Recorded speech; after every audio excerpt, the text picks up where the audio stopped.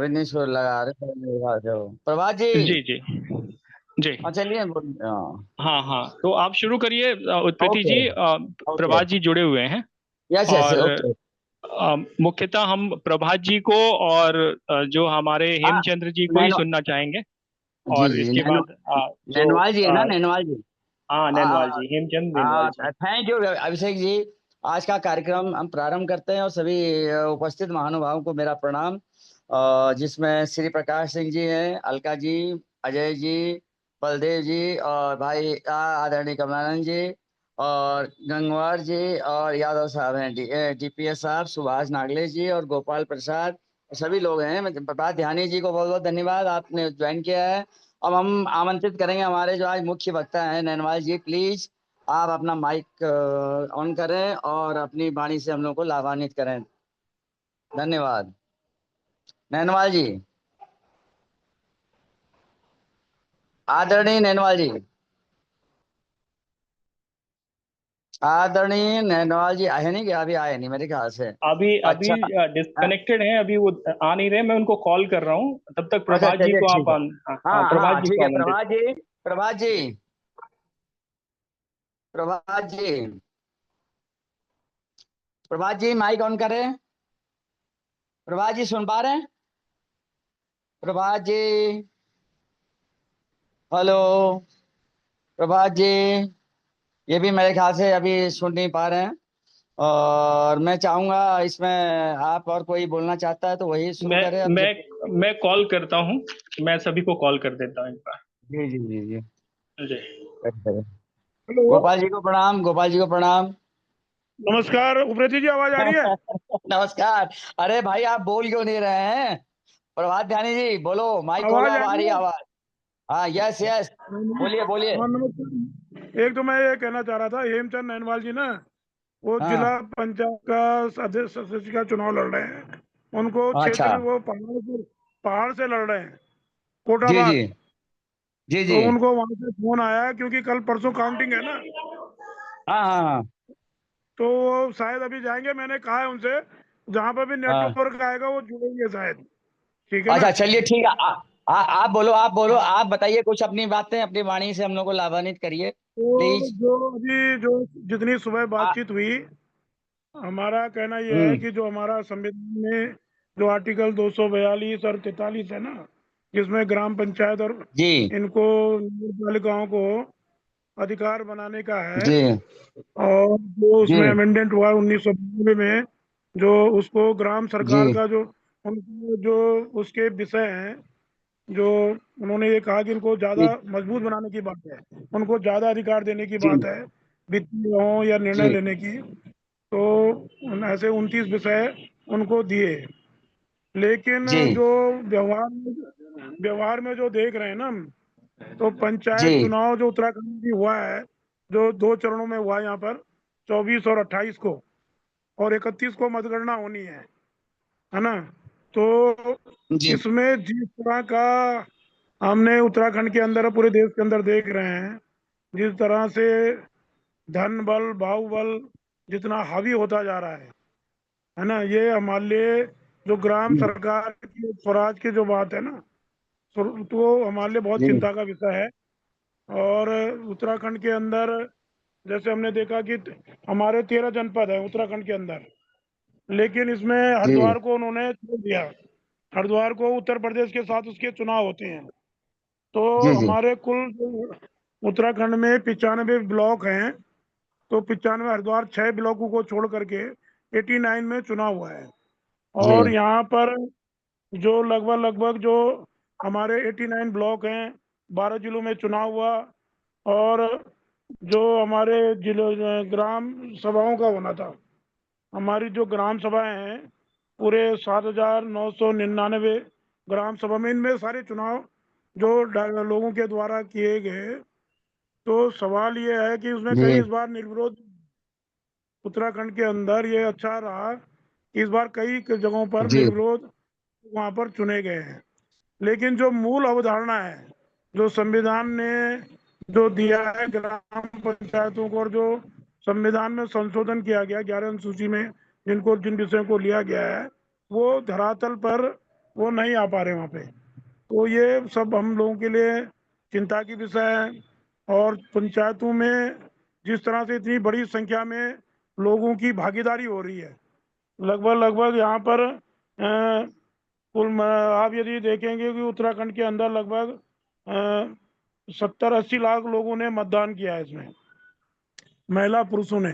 पूरा जो कुल मतदाता थे जी 40,000 के लगभग, जी 48,000 के लगभग पूरे उत्तराखंड में मतदाता थे। जी इसमें जी जो जानकारी है पूरी कि जो ग्राम वार्ड मेंबर हैं वो 7,499 थे जो वार्ड मेंबर बनते हैं ग्राम सभा के अंदर। तीन स्तरीय चुनाव है ना इसमें, एक तो ग्राम सभा, एक बीडीसी, क्षेत्र पंचायत और एक जिला पंचायत। तो और वो ग्राम सभा के अंदर वार्ड मेंबर उनकी जनसंख्या के हिसाब से वार्ड मेंबर होते हैं। तो वार्ड में तो और बीडीसी तो जो हमारा क्षेत्र पंचायत है वो अपनी जो बीडीसी की बैठकें होती हैं जिसमें प्रस्ताव लाते हैं लोग, विकास के प्रस्ताव लाना है, धन के लिए होता है। तो ये सारी बीडीसी में जो हम लोग मांग कर रहे हैं इसमें, जैसे अभी जो हमको सूचना आ रही है, जो हेमचंद अहलवाल अभी गए भी है क्षेत्र के अंदर, कि अभी जो संभावित जो कांग्रेस भाजपा जो बाहुबली लोग हैं उन्होंने बीडीसी मेंबरों को, जिला पंचायत सदस्यों को उठाना शुरू कर दिया है ना। क्योंकि ये जो जिला पंचायत का चुनाव होता है वो जनता के द्वारा नहीं होता, जो चुने हुए क्षेत्र पंचायत सदस्य हैं वो ब्लॉक प्रमुख चुनते हैं, जो जिला पंचायत सदस्य हैं वो जिला पंचायत अध्यक्ष चुनते हैं। तो उनको उठाने की प्रक्रिया जो वो है ये शुरू हो गई है। लोगों को उठाना, जबरदस्ती करना, उनको अब उनका अपहरण कर लेना एक प्रकार से, जब तक ये नोटिफिकेशन होगा। तो ये सारी चीजें शुरू हो गई हैं। इसमें सरकार का बहुत बड़ा रोल होता है, पूरी मशीनरी का वो दुरुपयोग करते हैं। तो ये पैसा धन बल जो हम देख रहे हैं कि हर गांव में जो रिपोर्ट आ रही है कि इतना पैसा लोगों ने शराब, मुर्गा, पैसा, धन, साड़ी, जो कुछ हो सकता है उसके लिए वहां पर करा है। तो हम ये कहना चाहते हैं कि पंचायत चुनाव जो हमारी डेमोक्रेसी का है ये पहली सीढ़ी है। और पहली सीढ़ी में यदि इतनी सारी जो अच्छा बन सकता था, ग्राम सरकार का जो रोल हो सकता था, और इतनी बड़ी तादाद में लगभग जो मैं बता रहा था कि 7,499 वार्ड मेंबर हैं चुनना है, 2,974 बीडीसी मेंबर हैं, 358 को जिला अध्यक्ष करना था, 5,500 टोटल जो है 5,587 वार्ड सदस्य, कायदाई सैकड़ा 55,587 लोग जो वार्ड मेंबर हैं। तो इनको इतना बड़ा लोगों का इन्वॉल्वमेंट है इसमें, मतलब जो डायरेक्ट चुनाव से लग रहे हैं, लेकिन जो उनका भाव है और जो सिस्टम ने बना दिया है कि भाई खाओ पियो और केवल पैसा कमाने के लिए वहां पर अपनी उसको चमकाने के लिए ये जो नियत हो गई ये बड़ा दुर्भाग्यपूर्ण है। तो जो पंचायत राज में जो हमको संविधान ने जो हमको एक ये व्यवस्था करी है ग्राम पंचायतों की, ग्राम सरकार, अपनी सरकार, ग्राम सभा, मतलब जो वहां पर निर्णय लेने हैं कैसा विकास होना चाहिए, कैसी सफाई व्यवस्था होनी चाहिए, पानी का स्वच्छ पानी कैसे मिले, पीने का पानी ठीक होना चाहिए, लोगों को वहां पर स्कूलों की व्यवस्था ठीक हो, चिकित्सा भी उस ग्राम सभा के अंदर वहां पर दी गई है, साफ सफाई की व्यवस्था है। तो कई अधिकार वहां के वित्तीय अधिकारों की बात है, टैक्स लगाना, ये करना जिला पंचायत के द्वारा। जैसे कि आपको देखा हो ना उप्रेती जी, अभी नगर पालिकाओं ने नैनीताल के अंदर, आवाज आ रही मेरी? हेलो? हाँ सर, हाँ हाँ हाँ, बोलिए बोलिए बोलिए हाँ, बोलिए। आपने जैसे जो नगर, बातें सब कही हैं बिल्कुल उत्तराखंड की वास्तविक स्थिति को सामने रख दिया है। इसके लिए हाँ अब मैं ये प्रश्न इस बात जो का है, अभी, ये तो हम भी देख रहे हैं, सब हाँ देख जी रहे हैं, लेकिन इसको हमें जी, हल करना है। इसीलिए ये प्रगतिशील प्रधान मंच जो का निर्माण हो रहा है, हम लोगों को मैक्सिमम देखिए, एक ईमानदार, सुनिए, एक ईमानदार आदमी 100 पर भारी है। आप ये समझ लीजिए, हाँ ऐसे हाँ, अपवाद, और उसको हमें काम करना है। और परसों जो आपको मैंने बताया है कोटाबाग में, वहां पर हमारे एक्सपर्ट आ रहे हैं, रणबीर जी, वो आपके आपके जो पंचायतों की प्रॉब्लम है ये है, उसको डिटेल में डिस्कस भी करेंगे। और आप कृपा करके अपने क्षेत्र के, अगर आपको प्रधान जितने भी निर्विरोध हुए हैं उसकी सूची बना के टेलीफोन नंबर अगर आप हमको उपलब्ध करा देंगे अति उत्तम होगा। और हम आपसे कोटाबाग में मिलेंगे और आपके साथ जाके उनका पहले हम उनसे बात करके उनको समझाएंगे कि वो इस तरह से ये खरीद फरोख्त में ना पड़े। और ये अपने जो आप उन्होंने जिस विश्वास से प्रधान बनाया गया है उसको ईमानदारी से और दायित्वशीलता पारदर्शिता से काम करें। और उसके बाद उनके उनके ऊपर हम लोग नियंत्रण भी रखेंगे। ऐसा नहीं है, हम इनको छोड़ेंगे ना नहीं। वो इसके लिए हमारी सुकृति एडवाइजरी जी, हमारे बड़े आदरणीय कमलानंद जी और प्रेमानंद जी और सब तमाम अभिषेक जी, सब इतना बड़ा हम लोगों ने चला रखा है अभियान। ये केवल अरे इसलिए नहीं है कि हम खाली यहाँ पर भाषणबाजी करें, इसको हमको नेचुरल जमीन पर उतारना है। इस पर वो आपके क्या जो विचार है? जिनकी आप बात कर रहे हैं ना, जो आप प्रधानों की बात कर रहे हैं ना, वो ज्यादा सीखे सिखाए लोग हम्म। हैं। उन पे समय खराब मत कीजिए। आपको यदि करना है तो गांव में नए लोगों को ढूंढना होगा, उनके बीच में जाना होगा। यस।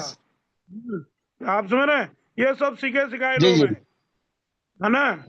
तो वो जी आपके जो आप बोल रहे हैं ना, वो आपको सिखा देंगे, हमको सिखा देंगे, सबको सिखा देंगे। वो तो क्योंकि इस सिस्टम में सही, इतने ज्यादा सही बात है, घुस चुके सही हैं ना बात है लोग। ध्यानी जी। मैं एक हाँ, बात आपसे वो जानना इतने घुस चाहता गए हूँ हैं। आदरणीय ध्यानी जी। देखिए, ये जो जी जी जी। निर्विरोध चुन के आ रहे हैं, ये किस आंकड़े से और किस गणित लगा के चुन के आ रहे हैं, किस तरह से चुन के आ रहे हैं? नहीं, एक तो ये है कि कहीं पर जो ग्राम सभा, जैसे अभी हमारे यहाँ पर कुछ हम्म, लोग जैसे रिटायर्ड लोग आए, जैसे हमारे मुंशियारी हम्म, थे गुंजियाल जी हैं, जो उसमें डीआईजी से रिटायरमेंट है ना। हम्म, तो उन जो बड़े लोग हैं, है ना, तो एक तो हम्म, उन लोगों का, और एक हमारे कोई कर्नल बने हैं जिनको गांव के हम्म, लोगों ने स्वीकार कर लिया, है ना। कुछ जगह पर ऐसा है कि अब जो मैनेजमेंट हो रहा है ना, हम्म, लोग क्या कर रहे हैं कि जैसे कहीं पर गांव में क्या है, वहां पर जाति बिरादरी बहुत है, जो है ना। उधर यदि आप सामाजिक संरचना देखेंगे ना क्षेत्रों की, आप गांव के अंदर जाएंगे तो वहां की यदि आप सामाजिक संरचना देखेंगे तो वहां पर इतने चीजें आप लोग बटे हुए हैं ना। कोई जाति के नाम पे बटा है, कोई वहां पर वो छोटी जाति, कोई बड़ी जाति, है ना, कई चीजें गोत्र हैं, तो ये अलग अलग चीजें हैं। लेकिन वो क्या है कि कहीं पर जो लोगों ने पहल करी है कि भाई जो ये निर्विरोध बना दो, तो कहीं पर बने, कहीं पर जो लोग उठने वाले थे उन लोग दूसरे पक्ष ने उनको पैसा देके खरीद लिया, है ना। ऐसे भी उदाहरण आ रहे हैं कि उन्होंने कहा जी ये खड़ा हो रहा है तो उसको पहले ही मैनेज कर लो। जैसे ये पूरा देश के अंदर चल रहा है ना कि नॉमिनेशन ही वापस करा दो, उसको ये कर दो, पैसा देखो, तो ये भी है। लेकिन कई चीजें सकारात्मक भी हैं, कई जगह पर लोगों ने पहल की है और उसके अच्छे परिणाम निकले हैं।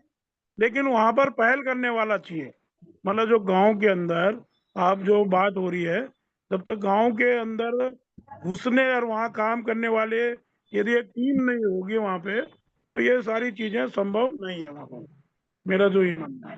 नहीं, जी। टीम बनेगी इसमें, ऐसा नहीं, टीम ही तो हम लोग आ, बना रहे हैं। चलिए, बहुत अच्छी जानकारी दी। नहीं, इसमें अंकुर जी कुछ एक और बोल रहे हैं, बात है बोलिए। प्रकृति जी। जी इसमें जो जी जी महत्वपूर्ण जी बात जी बताई जी जी हमारे ध्यानी जी ने, वो जी बात ये थी कि कुछ जगह गड़बड़ियां से लोग निर्विरोध आए और कुछ जगह अच्छे लोग थे वो चुन के आए।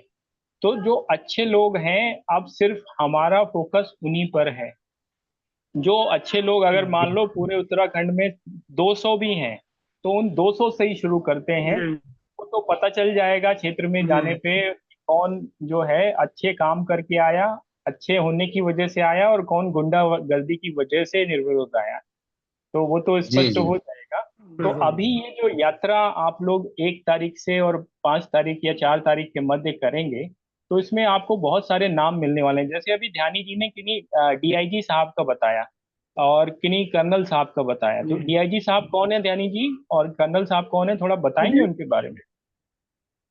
और कौन डीआई जी? जो डीआईजी, हाँ। मैं वो बताता बिमला हूँ गुंजियाल है, उनसे बिमला आने। गुंजियाल। यानी कि मेरे ख्याल से आप वो गुंजियाल के लिए बोल रहे होंगे ना, बिमला गुंजियाल।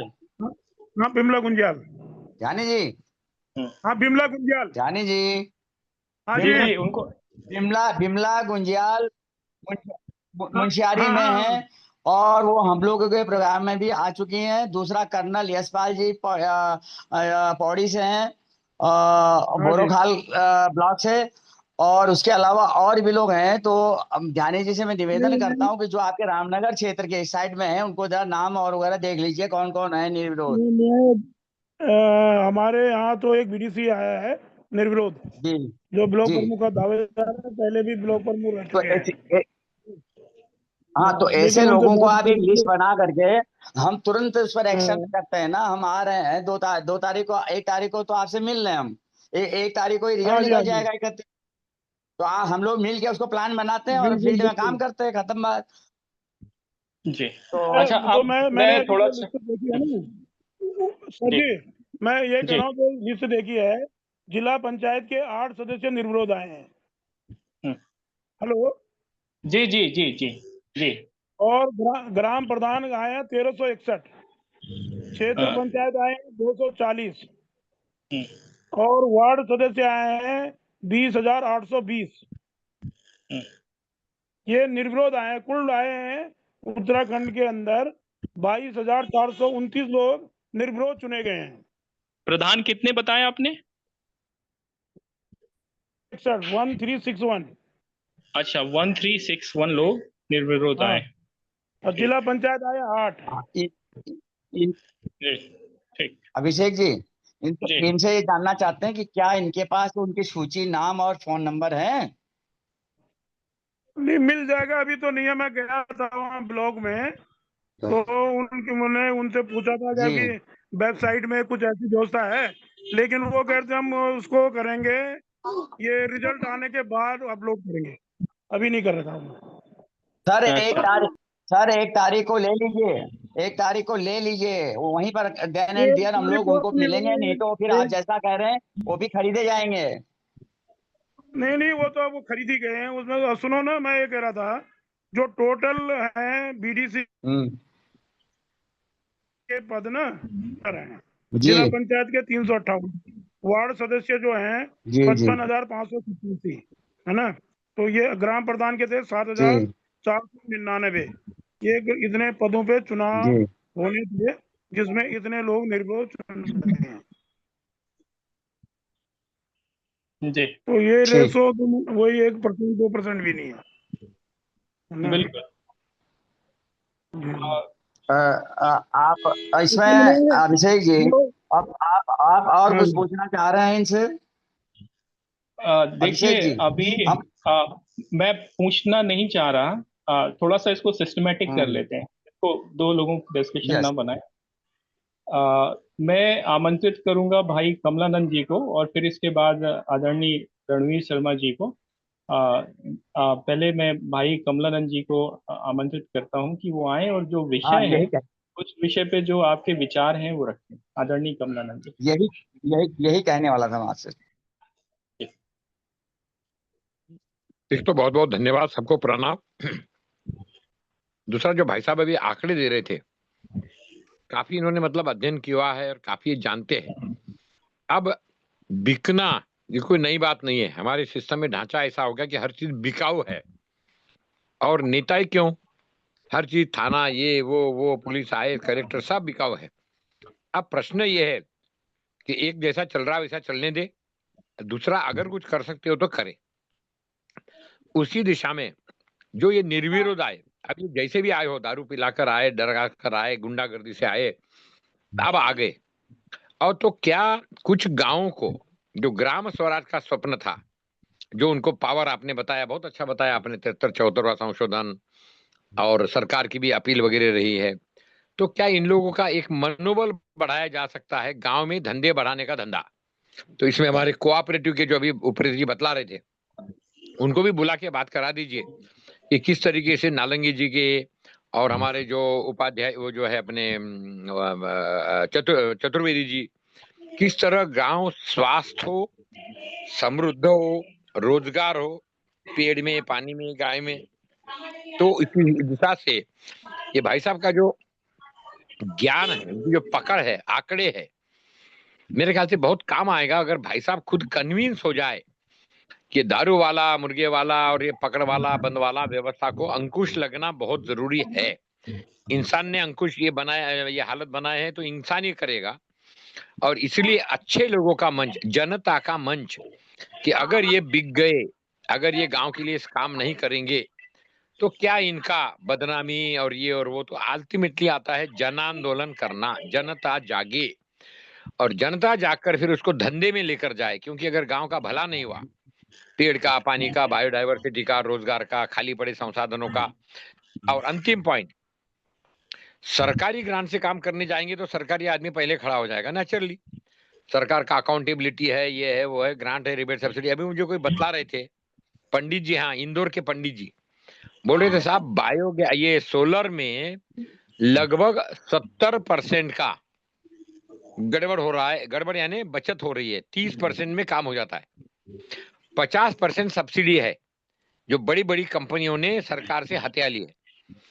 और बोले कि ये बहुत बड़ा खेल हो रहा है। तो मैंने पूछा कितने दिन तक चलेगा ये सोलार? बोले साहब उनकी गारंटी है 3-4 साल की। तो 4 साल तक तो किसी तरह रोते रहते, आप किसी की गारंटी ले लो और फिर उसका काम ठीक करने जाओ तो देखिए कितना परेशान करता है वो।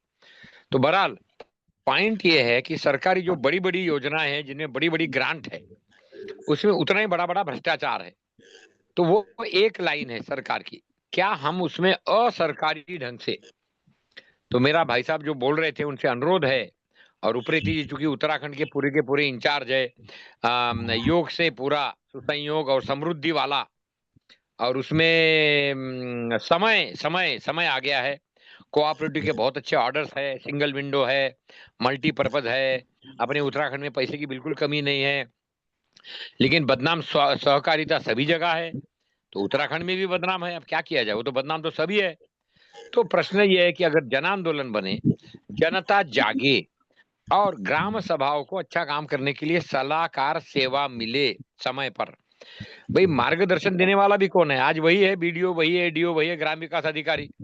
और ज्यादा नहीं सुना तो फिर बेचारे प्रधान जी को जेल भी भिजवा देते हैं, क्योंकि इनको तो 1-1 लाख रुपया पगार मिल रहा है, इनकी यूनियन है, तगड़े है। तो इसलिए प्रगतिशील प्रधान मंच, प्रगतिशील पत्रकार मंच, प्रगतिशील एनजीओ मंच, प्रगतिशील कथाकार मंच, ऐसे बनकर एक नई हवा बनाए तो मेरे ख्याल से कुछ आशा की किरण आने वाले पीढ़ियों के लिए निकलेगा। इसलिए ये अनुरोध है हमारा सबसे कि समस्याएं बड़ी भयंकर है और रोते रोते से कुछ नहीं होगा। तो आइए मिलकर कोशिश करें, अपवादों को पकड़े, लोगों को जागाए। वैसे लोग ऊब गए हैं ये चुनाव चुनाव चुनाव चुनाव के महापाप से। तो शायद अच्छे लोगों की तलाश में कुछ अच्छे अपवादी निकलेंगे, पढ़े लिखे लोग है, रिटायर्ड है, पेंशनर है, और वो नेतृत्व अच्छा देंगे तो खुशी की बात होगी। ये प्रयास है। तो बहुत बहुत शुभकामनाएं, ये जो चल रहा है। और जो पकड़ वाले लोग हैं, जिनको गांव की पकड़ है, वार्ड की पकड़ है, पॉलिटिक्स मालूम है, कैसे खरीद फरोख्त होती है मालूम है, उन लोगों का पहले ब्रेनस्टॉर्मिंग करके, उसको बोलते हैं मैप, मोटिवेशन, अल्टरनेटिव्स और प्लान ऑफ एक्शन, तो परिवर्तन आएगा। मेरी बहुत बहुत शुभकामनाएं है। मैं सुन रहा हूं और सबको प्रणाम, नमस्ते। धन्यवाद। प्रणाम प्रणाम। ये इनका ध्यानी जी, प्रभाकर ध्यानी से एक निवेदन कर लूं मैं। प्रभात ध्यानी जी प्लीज। ध्यानी जी सुन रहे हैं? मैं घर पहुंच रहा हूँ। हाँ मैं सुन रहा हूँ। प्रभात ध्यानी सुनिए, हाँ जी आप 1 तारीख को मुझसे मिलिए लाल को मैं। ठीक ठीक ठीक है ठीक है।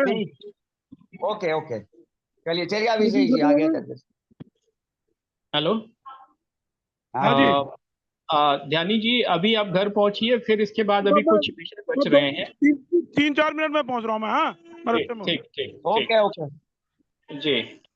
मैं आग्रह करूंगा श्री रणवीर सिंह जी से कि वो जो ये विषय है उत्तराखंड से संबंधित, और जो अभी ध्यानी जी ने बात बताई, हेमचंद्र जी अभी जुड़ नहीं पा रहे हैं, उनका नेटवर्क का कुछ इशू है, तो इस पर थोड़ा सा आप अपना विचार रखें, आदरणीय श्री रणवीर सिंह जी। धन्यवाद अभिषेक जी, और सभी भाइयों को मेरा नमस्कार, सादर प्रणाम। मैं आपका 2-3 बातों पे ध्यान दोबारा दिलवाना चाह रहा हूं। वैसे तो मैंने पिछले उसमें बता भी दिया था कि जो कुछ समाज की व्यवस्था हमारे सामने है हमने उसी में से निकलना है, अपने जन आंदोलन को तैयार करना है। नंबर एक, ये बहुत क्लियर बात है। नया समाज हमें कोई नहीं मिलेगा, जो कुछ हमारे सामने है उसी में से जाना है। उसमें जो भी बुराई है भाई, वो जिस तरह से भी चुन के आए हैं, अब वो चुन के आ गए हैं। अब मैं दूसरा पक्ष आपको बता रहा हूं कि जो ये भारत का संविधान और इसका संशोधन है, और 243 जी जो आर्टिकल है, उसमें बहुत स्पष्ट तौर से लिखा है कि पावर और रिस्पॉन्सिबिलिटी और अथॉरिटी जो है वो ग्राम सभा की है। आप इन प्रधानों की चिंता ना करें कि वो प्रधान कैसा है, कैसा चुन के आया है, हमें उससे कोई मतलब नहीं है। मैं बेटी जी का ध्यान और उनके दूसरे दोस्तों का ध्यान आकर्षित करना चाह रहा हूं कि हमें प्रधानों के ऊपर सिर्फ इतना ही देखना है कि उन्हें ये बता सकें कि आप प्रतीक के तौर पे एक प्रधानमंत्री के रोल में है और आपका जो पंच है, वार्ड मेंबर है, वो मंत्रिमंडल के रूप में है, और ग्राम सभा आपकी मालिक है। ग्राम सभा की सारी पावर है। ग्राम सभा का सेशन बैठना, ग्राम सभा पंचायत को काम देना, ग्राम सभा के द्वारा उनकी मॉनिटरिंग करना, और ग्राम सभा के द्वारा लास्ट में अगर कोई काम नहीं करता है तो उसे कॉल बैक करना 90 दिन के बाद। 90 दिन का समय हर प्रधान को और उसके पंच को दिया जाएगा, बिल्कुल ट्रांसपेरेंटली, जवाबदेही, अकाउंटेबिलिटी के साथ, और अचीवमेंट कि आपने 3 महीने में काम क्या किया। हमने ग्राम सभाओं को यह सलाह देनी है कि आप we the people of India, आप इस देश के, इस गांव के मालिक हो। ये व्यवस्था हमें उन्हें संवैधानिक, कानूनी और सामाजिक देनी की समाज नियंत्रित व्यवस्था बनने जा रही है, कानून के मुताबिक भी, के मुताबिक भी, कि समाज नियंत्रित जो व्यवस्था है वही 73वां संशोधन है कि ग्राम सभा पूरा समाज की पावर है, और उस पावर के मुताबिक उन्हें काम जो इलेक्टेड पीपल है उन्हें देना है। इसलिए जो लास्ट लाइन बोली है, 73 amendment of the constitution empowered ग्राम सभा as the parliament of the people at the grassroots level to whom panchayat elected people are solely accountable। इस बात पे मैं बार बार जोर दे रहा हूं कि solely accountable, वो ग्राम सभा के प्रति उत्तरदायी हैं, उनके द्वारा बताए हुए काम के उत्तरदायी हैं। तो आप ये चिंता कतई ना करें ये कौन है, कैसे चुन के आए हैं, किस तरीके से है। हमने इनके द्वारा ग्राम सभाओं को बुलाना है, जो भी हमारे कांटेक्ट में आए प्रधान, और उन ग्राम सभाओं का मैसेज गांव गांव देना है। आपने गांव के मालिक हैं और इन चुने हुए लोगों से आपने काम लेना है। अगर ये काम नहीं करते हैं 90 दिन में, जो सेशन बैठेगा, जो मैंने बताए, जो कि संविधान में है, 26 जनवरी का, अब जैसे हमारा 15 अगस्त का आएगा, तो 15 अगस्त का सेशन आने के बाद फिर 2 अक्टूबर का आएगा। इन 90 दिनों में हमने ग्राम सभाओं को 2 अक्टूबर तक जितने भी ट्रेंड कर सकेंगे अपनी सलाहकार समिति के लोग, उनको हर हालत में हम पूरी वर्कशॉप ट्रेनिंग देके ये कर देंगे कि 15 अगस्त को सेशन बैठेगा। हमारे पास अभी समय है और यही 15 दिन का, इसमें हम यात्रा करेंगे उप्रेती जी के साथ लाल कुआं से, और कि भी आपकी पावर क्या है। हमने ग्राम सभा को ये मजबूत करना। ग्राम सभा में बहुत सारे अच्छे पढ़े लिखे लोग हमें मिलेंगे, और वो इस बात से सहमत होंगे कि हाँ सर, ये हमारी पावर संवैधानिक पावर है, ग्राम सभा भाई है। उन्होंने इन जो कार्यकारिणी के लोग होंगे मंत्रिमंडल के, इनको काम देना है। अगर ये काम नहीं करते हैं तो फिर 2 अक्टूबर को इनका हिसाब लेना है, इनको वार्निंग देनी है ब्लैक एंड व्हाइट में, लिखित रूप में, कि आपने काम नहीं किया। ये चीजें हमने उनको समझानी है। ये समझाने के बाद प्रधान उनके सामने हाथ जोड़ के खड़ा होगा, या तो पद छोड़ देगा और या वो कहेगा जो आप कहोगे काम वो मैं करके दूं। ऐसी व्यवस्था हमने उन्हें जो है संवैधानिक विधायी और कार्यकारिणी को उनको समझाना है और उनको सही रास्ते पे लाते हुए इस जन आंदोलन को खड़ा करना है। मैं यही बातों के साथ आगे कोई और सवाल आएगा तो फिर मैं उसका जवाब दूंगा। धन्यवाद। धन्यवाद। बहुत अच्छा।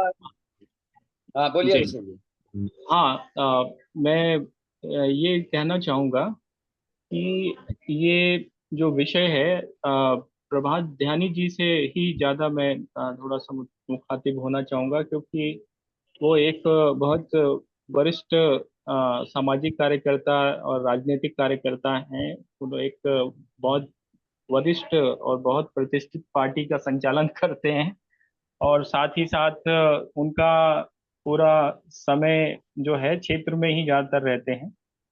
तो ये जो सोच है अभी बताई हमारे डीजीपी साहब श्री रणधीर शर्मा ने, तो इस पर क्या आपका विचार है? इसको कैसे आगे ले जाया जा सकता है? ये मेरे से पूछा है? जी जी जी, हाँ आपसे। जी, हाँ आप बताइए। नहीं, मैं ये कह रहा हूँ कि जो जितनी बातें हो रही ना, ये जो भी आप बोल रहे हैं, ये आदर्श स्थिति के बारे में बात कर रहे हैं ना। सवाल क्षेत्र में अलग परेशानियां हैं। हम्म, यदि आप किसी क्षेत्र में जाए या अपने ही क्षेत्र में जहाँ पर हैं आप लोग, आप ये समझ सकते हैं कि आपको आपके साथ आपकी बात के साथ कितने लोग हैं। जब आप राजनीति में, क्योंकि ग्राम प्रधान, बीडीसी मेंबर, जिला पंचायत, वार्ड मेंबर, वो सीधा उसका अलायंस पॉलिटिकल पार्टी, अभी करते हैं। ठीक है सर। वो पॉलिटिकल पार्टी के साथ उसका अलायंस रहता है और वो उन्हीं के साथ उन्हीं के हिसाब से गाइड होता है। जो ग्राम प्रधान है, बीडीसी, क्योंकि हम तो देख रहे हैं ना पूरे क्षेत्र में जाकर के, तो बीडीसी मतलब समर्थित है, जिला पंचायत समर्थित है या कोई किसी के द्वारा समर्थित है, तो ये है। अब जो हम लोग ये कह रहे हैं कि 73-74वां संशोधन को, जो ग्राम सरकार की अवधारणा है, उसको लागू करना है, तो ये जो मेरा कहना है, इन लोगों के बीच में तो जाएं, लेकिन मेरा कहना यह है, यदि इस जंग का कोई एक सम्मेलन, एक बैठक हो जिसमें हम इन जो चुने हुए लोग हैं उनको 73-74 जो ये संविधान में है, 11 अनुसूची में जो है ना, इसके बारे में बताएं कि आपके राइट क्या है, उनके साथ कनेक्ट होने के लिए। पहले आप जाएंगे तो आपको खारिज कर देंगे वो। आप यदि क्षेत्र में जाएंगे, आप बातें करेंगे, हम जाते हैं खारिज कर देते हैं लोग। उनको पहले कनेक्ट करने के लिए कि एक हम उनको संविधान और 73-74 जो अमेंडमेंट हुआ है, जो अनुसूची में शामिल है, जो बात आ रही है, उनके अधिकार क्या है, उनके राइट क्या है ना, इनके बारे में बताएं, और उन्हीं में से कुछ लोगों को, हमको जो ठीक लगते हैं उनके साथ चीजों को, संवाद को आगे बढ़ाया जाए, है ना। और कुछ क्षेत्रों को मॉडल के रूप में हम लोगों को वहां पर सघन कार्यक्रम करना पड़ेगा। जी हम खाली ये बातें कहते हैं, ये सब समझते हैं, लेकिन व्यवहार में उसको कितना क्रियान्वयन हो पाएगा, ये नहीं हो पा रहा है। हम भी देख रहे हैं पूरे देश के अंदर ये सारी स्थिति है। ये कहने के लिए बहुत बढ़िया है, लेकिन इनका क्रियान्वयन जब है कि बहुत ही ज्यादा क्षेत्र के अंदर अब वो नहीं हो पाता है। अब जब ये आएंगे यहाँ पर, उप्रेती जी और आप जब लोग आएंगे, तो मैं एक अपने जो हमारा निर्विरोध ग्राम प्रधान, वो बीडीसी मेंबर बना है रामनगर से, वो बीडीसी का जो ब्लॉक प्रमुख का प्रमुख, वो जो दावेदार है, मैं आपसे मिलाऊंगा तो आप समझ जाएंगे कि आप, जब मैं मिलाऊंगा तो उनकी जो पॉलिटिक्स है पूरी, उसको तो पूरा एक जो नेक्सस है पूरा, है ना, वो पूरा वो नेक्सस के माध्यम से वो सारी चीजें संचालित हो रही हैं। तो जब आप क्षेत्र में आएंगे तो मैं कुछ जगह ले जाऊंगा आपको, है ना, कभी आप टाइम ओके। निकाल के दीजिए, फिर देखिए कि क्षेत्र के अंदर काम करना कितना कठिन है। अब ये जो सारे विषय भ्रष्टाचार के खिलाफ, या जो आप कह रहे हैं कि हम उनको 3 महीने का टाइम देंगे, या वो कहेंगे ना, व्यवहार में जब तक हमारे पास उस गांव के लोग हमारे साथ खड़े नहीं होंगे, उस क्षेत्र के लोग खड़े नहीं होंगे, है ना, ग्राम प्रधान, जो बात आती है, वो आप बिहार में लालू यादव के खिलाफ बोल सकते हैं यहाँ से बैठ के, लेकिन अपने ग्राम प्रधान के खिलाफ आवाज उठाना सबसे बड़े खतरे की घटना है आज की डेट। इतना पैसा, इतना सारा कुछ उसमें लग रहा है, तो उसके लिए हमको लोगों के बीच में जाना पड़ेगा, कुछ क्षेत्रों को मॉडल के रूप में डेवलप करना पड़ेगा, है ना। आप जितने भी लोग हैं, आप अपने अपने ब्लॉक में, जैसे हमारे ब्लॉक में एक गांव को ले लेते हैं, एक ग्राम सभा को, आप अपनी एक ग्राम सभा तय कर लीजिए, है ना। दूसरे लोग हैं ऐसे, यदि देश के अंदर यदि आप आपके इस अभियान से जुड़े हुए हैं, 100 लोग जुड़े हैं, तो 100 ग्राम सभाओं को ले सकते हैं। उनके अंदर हम काम करके लोगों को जागरूक करके यदि इस अभियान को आगे बढ़ाएंगे। अब जब क्षेत्र में जाएंगे तो हम आपको सारी स्थितियों का पता चल जाएगा कि कितना क्या कर सकते हैं हम, कितना इम्प्लीमेंट होता है, कितनी कठिनाई है लोगों को समझाना, है ना। तो लेकिन उसके लिए हमको गांव, हम तो रोज फाइट कर रहे हैं, मैं तो कहना चाह रहा हूँ, हमारी तो खुद ही लड़ाई है। तो जहाँ क्षेत्रों में जा रहे हैं या जहाँ पर भी हम लोग करते हैं, लेकिन सवाल ये है कि वो जो लोग हैं, जब तक वो लोग आपके साथ खड़े नहीं होंगे, गाँव के अंदर जो कह रहे हैं मनरेगा में इतना भ्रष्टाचार है, हर चीज में भ्रष्टाचार है, जो सोलर वाले, हर उसमें विधवा पेंशन, वृद्धा पेंशन, विकलांग, उन्हें जो आवास मिल रहे हैं, जो पट्टे मिलते हैं, उनमें पूरा गड़बड़ है। जो एक लॉबी होती है, वो लॉबी अपने अपने लोगों को देती है और वही उनका वोट बैंक है पूरा, है ना। तो इसको जब तक वहां का व्यक्ति जो उस गांव में है, उसको हम खड़ा नहीं कर पाएंगे, वो जब सवाल नहीं पूछेगा, हम जाएंगे, हमारे सामने आ जाएंगे, लेकिन जब तक वो अपने ग्राम प्रधान से, अपने क्षेत्र पंचायत सदस्य से, अपने जिला पंचायत सदस्य से, अपना जो पंचायत अधिकारी है, उससे सवाल नहीं करेंगे, है ना, तो तब तो इतना, और ये चीजें इतनी आसान नहीं है। जो गांव का लेवल का आदमी है ना, उसको एक ताकत देने की जरूरत है, और हम लोगों को ऐसा मॉडल एक सेटअप बनाना चाहिए। यदि आप लोग इसमें गहराई से इस बात को समझ रहे हैं और इसको गहराई से करना चाहते हैं, तो ये मतलब एक बहुत बड़ा टास्क है, और इसको तभी करा जाएगा जब हम उस क्षेत्र के अंतर्गत काम करेंगे, तभी हमें सारी चीजों का पता चलेगा। जी बिल्कुल, बहुत महत्वपूर्ण बातें बताई आपने। श्री रणवीर शर्मा जी, इस पर आपका क्या विचार है? जो अभी प्रभात जानी जी ने बताया कि ग्राउंड पे कुछ सिचुएशन डिफरेंट है, नेक्सस काम कर रहे हैं, पार्टियां ऑपरेट कर रही हैं प्रधानों, कैसे इसको हैंडल किया जाएगा? और एक तो इसमें प्रश्न और आता है कि ग्राम सभा में कोई भी रेजोल्यूशन लाने के लिए और उसको इम्पोज करने के लिए कितना कोरम की जरूरत होती है? कोरम कितना रखना पड़ता है? कितने परसेंट लोग अगर वोट करें तो वो एक मतलब किसी एक डिसीजन को ओके माना जाएगा, वो वैधानिक माना जाएगा? और फिर उसको मॉनिटरिंग कौन करेगा वहाँ पे? जो मतलब ग्राम सचिव है, क्या वो उसके सपोर्ट करेगा? उसके मिनट रिकॉर्ड होंगे और उसका कोई कॉन्स्टिट्यूशनल ऑथेंटिसिटी होगी? वो कैसे ये सारी प्रोसेस मैनेज होंगे? क्योंकि ये रियल एक सिनेरियो है जो हम लोग देख रहे हैं। श्री रणवीर जी, रणवीर शर्मा जी। हाँ अभिषेक जी, बहुत बहुत धन्यवाद। अभी जो भाई जी ने जो सिचुएशन बताई, मैं उनकी बात से 100% सहमत हूँ। ये सिनेरियो हर गांव में तकरीबन तकरीबन नेक्सस का मिलेगा, भ्रष्टाचार से संबंधित, भाईचारे से संबंधित, या जाति पाति से संबंधित, या ठोंडागिरी से संबंधित, ये हर जगह ही हमें मिलेगा। हमें यहाँ पे 2-3 तरीकों से उन्हें समझाना पड़ेगा। सबसे पहले प्रधान को, उस प्रधान को हम ये बताएंगे कि उसकी पावर क्या है और उसको ग्राम सभा को कैसे लेना है। फर्ज करो हमने प्रधान को बोला कि भी तुम अपने स्कूल को चलाने के लिए तुम्हें फंड चाहिए, तो उस फंड की व्यवस्था के लिए जब ग्राम सभा का वो रेजुलेशन बनवाएगा 2/3 बहुमत से, क्योंकि ग्राम सभा का कोई भी रेजुलेशन जब जाएगा सरकार के पास, डिप्टी कमिश्नर के पास, तो उसका 2/3 बहुमत होना जरूरी है।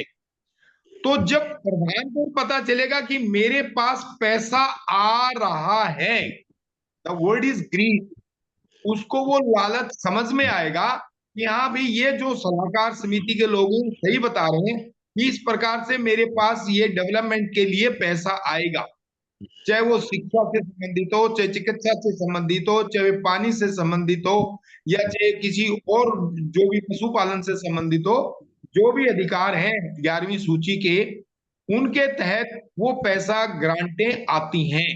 भारत सरकार से भी आती हैं और राज्य सरकार से भी आती हैं, और वो आती है ग्राम सभा के नाम से। तो हमें दो तरह का रोल वहां करना पड़ेगा। एक, ग्राम सभा के जो हमारे अच्छे लड़के मिलेंगे, अच्छे लोग मिलेंगे, जो थोड़े से अपराइट टाइप के होंगे, उनका एक हमें सिलेक्शन करना पड़ेगा, जिनको कि वो क्लाउड में आए। नंबर 2, हमें कुछ अच्छे प्रधान भी मिलेंगे जो इस बात को भी समझेंगे कि यार ये एक बहुत बड़ी पावर है प्रधानों के पास और पंचों के पास। अगर गांव का रेजोल्यूशन साथ में हमारे आ जाता है 2/3 बहुमत से, तो हमें इतना विकास का पैसा मिलेगा, और उसमें से हो सकता है वो चवन्नी दवन्नी कुछ खाए पिए, लेकिन कुछ तो गांव को पैसा मिलेगा ही मिलेगा, जिससे कि उनको ये लालच रहेगा और वो गांव की व्यवस्था में आएंगे। मतलब 100% तो अभी ईमानदारी हम नहीं क्लेम कर सकते कि पूरी ईमानदारी से काम होगा, लेकिन ये है कि दोनों चीजों में ग्राम सभा से भी अपराइट लोग, अच्छे लोग मिलेंगे, और जो प्रधान होंगे उनसे भी अच्छे लोग मिलेंगे, और जो भाई जी ने बताया जो नेक्सस वाले लोग हैं वो भी हमें मिलेंगे। लेकिन हमें इनके बीच में से निकलना है, और धीरे धीरे उन ग्राम सभाओं को और उन प्रधानों को चिन्हित करेंगे जो अच्छा काम करेंगे। उनके द्वारा, जैसा आपसे डिस्कस हुआ था, वो एक ग्रुप हमारा तैयार होगा जन आंदोलन के लिए, कि भी हमें अपना हक चाहिए, हमें अपने गांव में अपनी सरकार पूर्ण तौर से चाहिए। जब सरकार की बात आएगी तो ग्राम सभा के जो अच्छे लोग हैं वो धीरे धीरे इकट्ठे होते चले जाएंगे, और उन्हें अपनी समझ में आएगी। और इसके बाद जो ये प्रधानों का नेक्सस है, या इनके साथ दूसरे जो अधिकारी कर्मचारी उनका नेक्सस है, वो धीरे धीरे कमजोर पड़ेगा, कि लोगों की अवेकनिंग, जागरूकता ज्यादा बढ़ गई है, अब हम गड़बड़ नहीं करेंगे, या तो पद छोड़ देंगे या चुनाव छोड़ देंगे, और अच्छे लोग धीरे धीरे आना शुरू होंगे। एकदम तो बदलाव कोई नहीं होगा, वो ठीक कह रहे हैं कि हमें एक से एक नेक्सस वहां मिलेंगे, और हम उनको झेलने के लिए तैयार हैं। हम उनका चैलेंज एक्सेप्ट करेंगे, और धीरे धीरे इस जन आंदोलन को गांव टू गांव आगे बढ़ाते हुए जरूर निकलेंगे। धन्यवाद। जी शर्मा जी, मैं हम अभिषेक जी से बोलना चाहता हूँ। शर्मा जी से, शर्मा जी ने जितनी बात कही बिल्कुल सही कही। मैं आपको एक वास्तविकता बता रहा हूँ कि उत्तराखंड में कुछ ऐसे प्रधान होते हैं अभी तक, इस बार बहुत थोड़े अच्छे आ गए हैं, अच्छी क्वालिटी के भी हैं, और कुछ ऐसे भी हैं कि जो प्रधान लेडी है उसको पता ही नहीं कि मैं प्रधान का क्या क्या काम होता है। वो केवल अंगूठा, उसका हस्बैंड काम कर रहा है, उसका हस्बैंड इधर उधर जा रहा है। There are so many such cases. और यहाँ तक कि इतनी हालत खराब है कि एक प्रधान 3 गांव के प्रधानों को संभाल रहा है। मैं तो अपनी आंखों से देख रहा हूँ और देख के आया हूँ कि वो प्रधान जो अन्य 3 गांवों में हैं उसी के बनाए हुए हैं। और जैसा कि अभी ध्यानी जी ने कहा, वो ऊपर से उनका सारा हिसाब किताब चलता है। तो अगर कोई काम कराना है तो कोई प्रधान हो या ना हो, उस प्रधान के पास चले जाइए जो मेन है, वो आपका काम फट से कर देगा। पैसा दीजिए और आपका काम बस हो जाएगा। ये प्रॉब्लम आपने सही कहा शर्मा जी, जब तक इनके सर पर आप बैठेंगे नहीं और जब तक इनको ज्ञान नहीं देंगे और इनको भय नहीं होगा, तब तक ये लोग सुधरने वाले नहीं है। हम तो कहते हैं कि हम तो एक, हमारे यहाँ लोकायुक्त जो भरा नहीं है, सीट भरी नहीं है, लेकिन हम तो एक प्रपोजल भेजते कि साहब आप एक एक आदमी नियुक्त कर दीजिए हर जिले में जो भ्रष्टाचार को देखे और आपको रिपोर्ट दे। ऑटोनॉमस बॉडी काहे के लिए बनाई है आपने, जो गवर्नमेंट के कंट्रोल से बाहर है, वो देखे। वो नहीं देखती है तो हम लोग ऐसी समझ व्यवस्था बनाए कि जो भ्रष्टाचारी अधिकारी हो, चाहे प्रधान हो, चाहे कोई भी हो, उसके खिलाफ सख्त आंदोलन करते वहीं पर। तो ये एक व्यवस्था बनानी पड़ेगी, तभी सुधार होगा। धन्यवाद। बिल्कुल ठीक ठीक कह रहे हैं आप। ध्यानी जी, आप अभी जो आदरणीय रणवीर शर्मा जी ने बोला उस पर आदरणीय ध्यानी आप कहना चाहेंगे? नहीं, मेरा कहना वो सही बात है, उसे सैद्धांतिक वो तो मेरी समझ से मैं जो समझ रहा हूँ, हमको जो जो उनके ग्राम सभा प्रधान के क्या अधिकार हैं, उनका कैसे संचालन करना है, तो उसको लेकर हमको ब्लॉक वाइज कहीं पर हम इस ढंग के छोटे छोटे सम्मेलन करें। और जो ग्राम प्रधान जो चुने गए हैं, जो उनके खिलाफ खड़े थे या जो गांव के जो ठीक लोग थे, उनको चिन्हित करके इस तरह के छोटे छोटे सम्मेलन करके ब्लॉक वाइज कि जो ग्राम स्वराज का है, और उनको ये बताना कि आपके ये राइट्स हैं, आपको संविधान में ये दिया है, 11वीं अनुसूची में ये विषय शामिल हैं, इन विषयों को आप इस ढंग से उठाएंगे। तो यदि हम करेंगे तो एक संवाद बनेगा पहले लोगों को, और एक वहां पर काम हमें लोगों के बीच में घुसने का मौका मिलेगा, है ना। तो एक तो जो लोग आएंगे जिनसे हम कनेक्ट होंगे, एक तो उनसे हमारा संवाद बनेगा, दूसरे उनकी कुछ समझ बनेगी, है ना। कल आप यदि उस गाँव में जाएंगे तो जो आप कह रहे हैं कि जो बजट लाना है वो करना है, तो अल्टीमेटली तो उसी ग्राम प्रधान के पास आना है। तो इसको लेकर के आपको पूरा जन अभियान चलाना चाहिए, और यदि आप लोग उसमें हैं तो अक्टूबर नवंबर में हम कर सकते हैं इसको, रामनगर जी में कर सकते हैं, कोई दिक्कत नहीं है। रामनगर जी ब्लॉक का एक हम वो, है ना, उसमें कोई विशेष एक्सपर्ट आप सब लोग आ जाइए, जो हाँ उनके हाँ जो विचार हैं, वो उनसे हम कनेक्ट कैसे हों पहले ना, लोगों से अपनी बात हम कहाँ ले जाएं, कैसे उनको एक समझाएं। से 1 से 4 तारीख के मध्य क्या क्या किया जा सकता है, क्योंकि 1 से 4 तारीख के मध्य हमारे वहां पर कई सारे वरिष्ठ साथी रहेंगे, आदरणीय रणवीर शर्मा जी भी रहेंगे और हमारे कई वरिष्ठ साथी रहेंगे। और हमारा प्रयास ये है कि हम ज्यादा से ज्यादा लाइक माइंडेड सम विचार रखने वाले लोगों से जुड़ें, वो चाहे प्रधान हो, चाहे वो जेडपी मेंबर हो, या कोई भी हो, वो लड़के जीत के आया हो या फिर अनअपोज जीत के आया हो, वो कैसे भी आया हो। वो तो और ब्लॉक है ना, वो जी तो ब्लॉक वाइज होंगे, और एक से जी चार एक को तो मत 31 को मत करना है, उसके जी बाद रिजल्ट फिर उनकी जो शपथ और वो सारी चीजें होती है ना, जी नोटिफिकेशन जारी होता है, उनको बस्ते और वो मतलब अधिकार दिए जाते हैं। तो अभी तो ये मान के चलो कि 10 अगस्त तक तो सारी प्रक्रिया चलेगी। फिर अभी जी ब्लॉक प्रमुख का और जिला पंचायत अध्यक्ष का चुनाव होना है, उसका नोटिफिकेशन होना है। तो ये जब तक बीडीसी नहीं बनेगी तो ग्राम सभा का तब तक कोई काम नहीं कर पाएगी वो। तो अभी इस पूरे प्रोसेस में मेरी समझ से 15 से 20 दिन से ज्यादा लग सकते हैं, जी कि जी ब्लॉक प्रमुख का चुनाव होगा ना, तो पहली बैठक जो खुली बैठक होती है ब्लॉक की, तो वो वही होती है, पहली बैठक से माना जाता है ना, किसी भी जी साल जो पहली जी बैठक होती है वहां से वो, तो वो सरकार उसका नोटिफिकेशन करती है कि जी भाई ये पंचायत मतलब आपकी एक पंचायत बन गई है, ये आपका ग्राम प्रधान है, ये आपका क्षेत्र पंचायत सदस्य है, ये आपका जिला है, इसमें विधायक भी इसमें पदेन सदस्य होता है, इसमें सांसद एमपी जो होता है वो पदेन सदस्य होता है ना। जी जो बीडीसी की बैठकों में भाग लेते हैं, मतलब जो क्षेत्र पंचायत की जो बैठकें होती है ना, क्योंकि उसमें बीडीसी मेंबर को ही वो उसको वो करता है, पूरा जो क्षेत्र पंचायत सदस्य होते हैं वो जी उसको कहते हैं। जिला पंचायत में जिला पंचायत सदस्य होते हैं।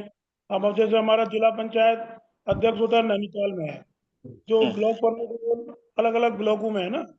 तो ये इस प्रोसेस को 15 दिन से ज्यादा लगेंगे। तो अभी जल्दबाजी में मेरी समझ से कोई नहीं, उसकी पूरे प्रोग्राम है, पूरी योजना के साथ, पूरी तैयारी के साथ। जी यदि देखो हमारे रामनगर में ग्राम 51 ग्राम प्रधान है, जो ग्राम प्रधानों के पद हैं 51 के लगभग हैं, और ऐसे 29 के लगभग बीडीसी मेंबर हैं। तो और जो टोटल जो यहाँ पर लड़े हैं लगभग लगभग लगभग लगभग 500 के लोग यहाँ पर लोगों ने चुनाव में भागीदारी करी है। तो अब ऐसे आपके यहाँ करा होगा, लाल कुआं में करा होगा, तो ये लाल कुआं में वहां पर ये देखें कि वहाँ पर कैसे हो सकता है ना विकास। तो ये करने की जरूरत है मेरी समझ से, मतलब गहराई से और पूरी तैयारी के साथ योजना बना कर, है ना। तो वो तब जा करके, अब हम जी आप आएंगे सब खराब होगा, कोई बात भी नहीं हो पाएगी, बोलने वाले भी वही, सुनने वाले भी वही, तो उससे कोई काम मेरी समझ से। यदि जैसे कोटाबाग आना है तो कोटाबाग ब्लॉक है, एक विकास खंड है, तो जी वहाँ कोटाबाग में जैसे आ रहे हैं तो वहाँ पर जो आप जिनके बारे में ये कह रहे थे, माया निगम, हम सबको जानते हैं ना। तो अल्टीमेटली ये जितने भी स्वयंसेवी संस्थाओं से जुड़े लोग हैं, ये सरकार के खिलाफ, पॉलिसी के खिलाफ जाने को या भ्रष्टाचार के खिलाफ बोलने को तैयार नहीं है। ये आपका सब कर देंगे, चाय पानी पिला देंगे, सब कर देंगे, लेकिन ये आपके साथ खड़े होने वाले लोग नहीं है ना। हम ऐसे बहुत से लोगों को जानते हैं जो बोलते हैं लेकिन आते नहीं है, काम नहीं करते हैं, क्योंकि उनके अपने छोटे मोटे काम रहते हैं, वही उनका रोजगार है एक प्रकार से। जी जी मेरा ये है कि हम यदि उप्रेती जी समय दें तो अपना ये लाल कुआं में करें, कोटाबाग में ये 1 तारीख को आ रहे हैं, वहाँ मायने से बात कर सकते हैं, तो लोगों से भी बात कर सकते हैं। तो अक्टूबर में पूरी तैयारी के साथ सारे ग्राम सभा में जाकर के जो जीते हैं, जो हारे हैं, जो और लोग हैं, एक पूरा कंक्लूज करके यदि हम कहीं पर 50-100 लोगों का जन अभियान के साथ जोड़ें, ग्राम सरकार के अवधारणा के साथ जोड़ें, उनको उनके राइट बताएं, उनको जो ये जो संशोधन हुए हैं, जो अनुसूची में शामिल जो विषय हैं, इन सारे बात में वो बात करें तो चीजें आगे फिर बढ़ेंगी। तो समझ में ये मेरा ये हाँ जी ध्यानी जी, बिल्कुल सही कह रहे हैं आप। और मैं आ रहा हूँ तो आपके साथ मेरी बात तो हो चुकी है पहले ही, तो हाँ आप जी। अपने रामनगर साइड में भी देख लीजिए और इसको जाके वहीं बैठ करके, हमारे पास विद्वान लोग भी आ रहे हैं, तो एक्सपर्ट लोग भी आ ये रहे हैं, ऐसा कृषि है के ना, भी हैं, हर क्षेत्र के हैं। हम लोग वहां पर एक बैठ मैं के मीटिंग करके उस एरिया के लिए आप सोचेंगे। तो सुनो, ठीक है। अब देखो जी, तो आप ऐसा है ना, जहाँ आप असल में क्षेत्र में है नहीं, आप समझते नहीं है। मैं कह रहा हूँ, मैं आपको एक कैंडिडेट से मिलाऊंगा, आप जरा वहां पर जरा बात करके समझ लीजिए और बात करके देखिए, जो संभावित ब्लॉक प्रमुख है और जो बनने वाला है, आप समझ रहे हम्म। हैं। हम्म। तो आप जब क्षेत्र में जाएंगे कहीं पर, यदि आपने वहां पर पार्टिसिपेट सही ढंग से वहां पर हुआ हो ना, तो चीजें इतनी आसान नहीं है जितनी आप समझ रहे हैं। अभी जो है, मैं 2 तारीख को मैंने 10 प्रधानों को बुलाया है चलो अब अल्मोड़े जब डिस्ट्रिक्ट में। दो सुनिए तारीख सुनिए, को सुन लीजिए आप, सुन लीजिए हाँ आप 10 हाँ प्रधान जो निर्विरोध हैं उनको बुलाया है, उनका मैं सम्मान करने जा रहा हूँ। 10 प्रधान, और अभी मेरे ख्याल से जाते जाते मुझे 10 और प्रधान मिलेंगे। तो मेरी लिस्ट परसों को निकल आएगी, तो मैं उस क्षेत्र पर बराबर लगा हूँ, बराबर ध्यान देता हूँ, बराबर कार्य करता हूँ, बशर्ते कि आप निगेटिव मत आप सोचो, पॉजिटिव सोचो। ओके। निगेटिव नहीं सोच रहा हूँ, मैं कह रहा हूँ सम्मान करना, वो तो अलग विषय हो गया। आप समझ रहे हैं, आप किसी को बुला रहे हैं, सम्मान कर रहे हैं, वो विषय सम्मान का उससे। मतलब है उनको, उनसे फेमिलियर होके उनको उनके कर्तव्यों को समझाना। केवल ये सम्मान इसलिए नहीं कर रहे हम उनका कि वो, उनको हम प्रधान हो गए हैं तो हम उनको वो कर रहे हैं, हम उनको केवल इसलिए कर रहे हैं कि वो हमसे फेमिलियर होकर के हमारी बातों को समझें, सुने, और उस गांव के लोगों को भी बुलाया है। उन गांव के लोगों को भी हम कह सकें कि भाई हम क्या करने जा रहे हैं, और आप लोग कैसे उसमें खेती का है, फ्रूट का है, किस तरह से ग्राम का समग्र विकास हो, और किस तरह से आप सहकारिता के साथ आगे बढ़ेंगे।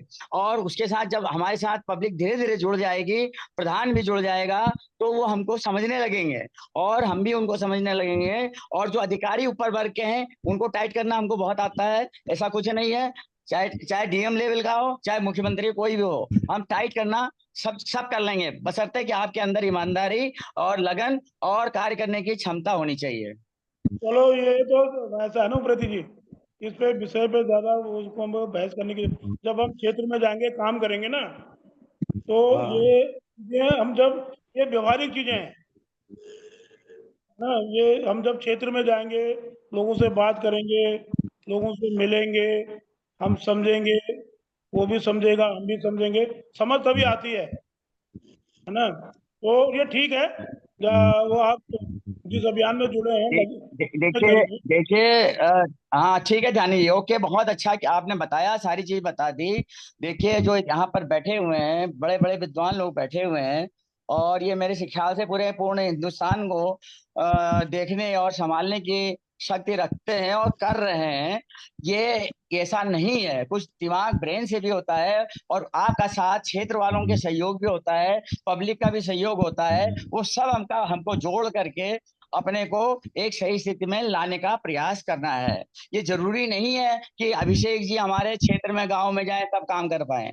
वो जानकारी, अब आप शर्मा जी को इतना ज्ञान है, वो बता रहे हैं, इट इज सफिशिएंट। वो जा जाके हर गांव वाले, ग्राम प्रधान वगैरह हम बनाने की व्यवस्था कर देते हैं, ये उनको हम समझा देते हैं, तो ये हमारा बहुत बड़ा काम होता है। इसके लिए हमें क्षेत्र में 10 दिन घूमने की जरूरत नहीं है। ये केवल उसके ब्रेन को वॉश करना है, उसको समझाना है और उसको आगे बढ़ने के लिए प्रोत्साहित करना है। जहाँ भ्रष्टाचार हो रहा है कैसे रोकेंगे उसको देखना है, और गांव की उद्धार कैसे हो, कोऑपरेटिव के माध्यम से हमें वो योजनाएं बनानी है और गांव वालों को समझानी है। अभी तो गांव में कोई समझ ही नहीं पा रहा है क्या है। और जो सहकारिता का अभी तक कार्य हो रहा है उसमें भ्रष्टाचार के अलावा कुछ भी नहीं है। तो उनके दिमाग में यही है कि आता है, पैसा खाते हैं और बस योजना जहाँ की हमारी ठप पड़ी हुई है। ये आज की स्थिति है, लेकिन इसको हम और आप मिल करके सुधार सकते हैं। चलो ठीक है, हम तो लगे हैं। आप हमारे साथ एक और साथी मिला आप हमें तो 1 तारीख को प्रभात जानी, 1 तारीख को मेरे पास आइए लालकुएं में। अरे 1 तारीख ओके। एक महीना देने को तैयार हूँ, आप आई तो सही।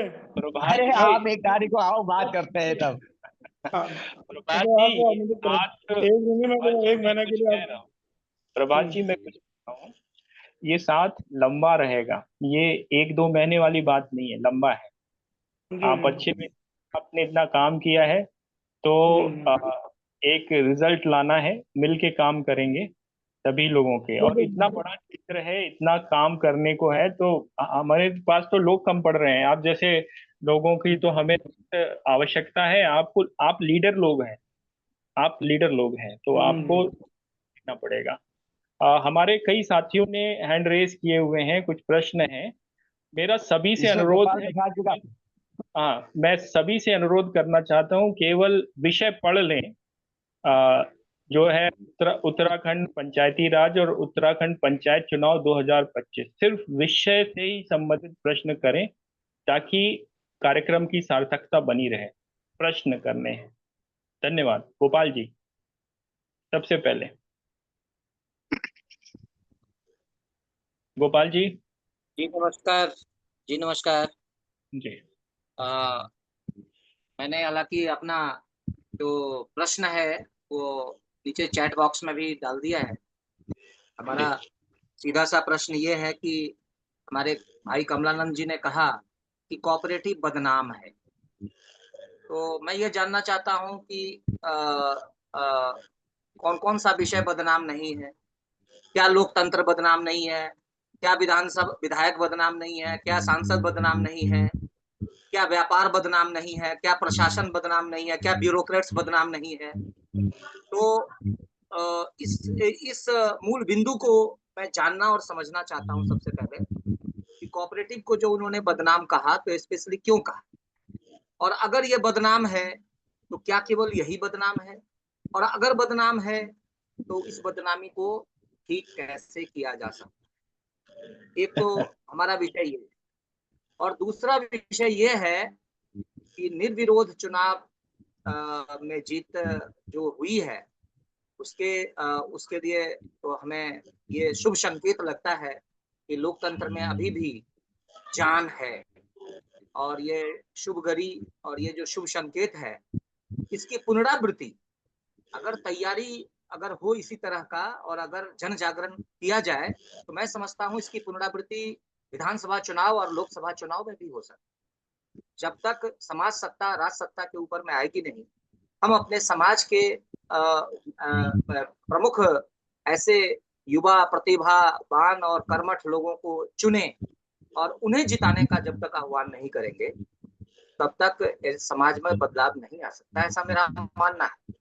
राजनीतिक दलों ने ऑक्टोपस की तरह हमारी लोकतंत्र को कब्जा कर रखा है और इसी से ये सारी दुर्गति हो रही है। टिकटों की खरीद बिक्री हो रही है, लोभ प्रलोभन और भ्रष्टाचार ये तो है, लेकिन इसका समाधान जो मुझे समझ में आता है कि समाज सत्ता का राज सत्ता के ऊपर में काबिज होना, उसका एक प्रेशर होना, तो वो प्रमुख भूमिका निभा सकता है। और इस संदर्भ में मैं प्रभात जी का भी विचार जानना चाहूंगा, भाई कमलानंद जी का भी विचार जानना चाहूंगा और माननीय उप्रेती जी का भी विचार जानना होगा। धन्यवाद। जी बहुत बढ़िया। तो इसमें आपने एक लोगों को छोड़ दिया, वो आदरणीय रणवीर शर्मा जी का भी विचार जानिए। तो चारों लोगों का मैं आग्रह करूंगा बारी बारी से बाकी के प्रश्न का संक्षेप में उत्तर। आग्रह है आदरणीय पहले मैं आदरणीय प्रभात ध्यानी जी से कहूंगा कि जो गोपाल जी ने बात रखी, क्या विचार है आपका? मैं तो सहमत उनकी बात से कि जो उन्होंने सहमत। कहा सहकारी नहीं है, पूरा सिस्टम में ही पूरा उसी उस पे चल रहा है, उसकी बुनियादी वही है ना पूरे। तो जी असल में हम लोग जो आप स्पेसिफिक काम कर रहे हैं ना, हम लोग, क्योंकि मैं एक राजनीतिक पार्टी से हूँ, तो हमारे लिए जैसे आपका सहकारिता है, हम देख रहे हैं, ग्राम पंचायत है, हमारे यहाँ जंगली जानवरों का है, फॉरेस्ट के जो वो है, तो हम तो समग्र उसमें देख रहे हैं, हम एक जगह इन्वॉल्व नहीं है, सभी जगह में नशे का है। तो मैं ये कह रहा हूँ कि भ्रष्टाचार तो हुआ है, और उसका जो समाधान है वो वही है कि वो जो सिस्टम है उसमें सिस्टम में हस्तक्षेप करें, राजनीतिक हस्तक्षेप करें, और राजनीतिक हस्तक्षेप करने से ही पूरे सिस्टम में जो जहाँ पर भी है, चाहे सहकारिता हो, चाहे पंचायत हो, चाहे एडमिनिस्ट्रेशन हो, चाहे कहीं पर भी हो, तो वो हस्तक्षेप से ही बढ़ेगा। और राजनीतिक हस्तक्षेप, सशक्त राजनीतिक हस्तक्षेप होना चाहिए, और हम उसके लिए हमको बढ़ना चाहिए, मेरा ये मानना है।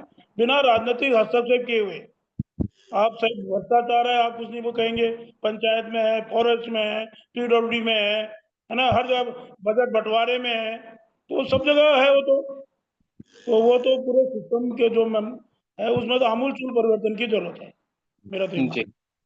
आदरणीय कमल टावरी जी, भाई कमलानंद जी।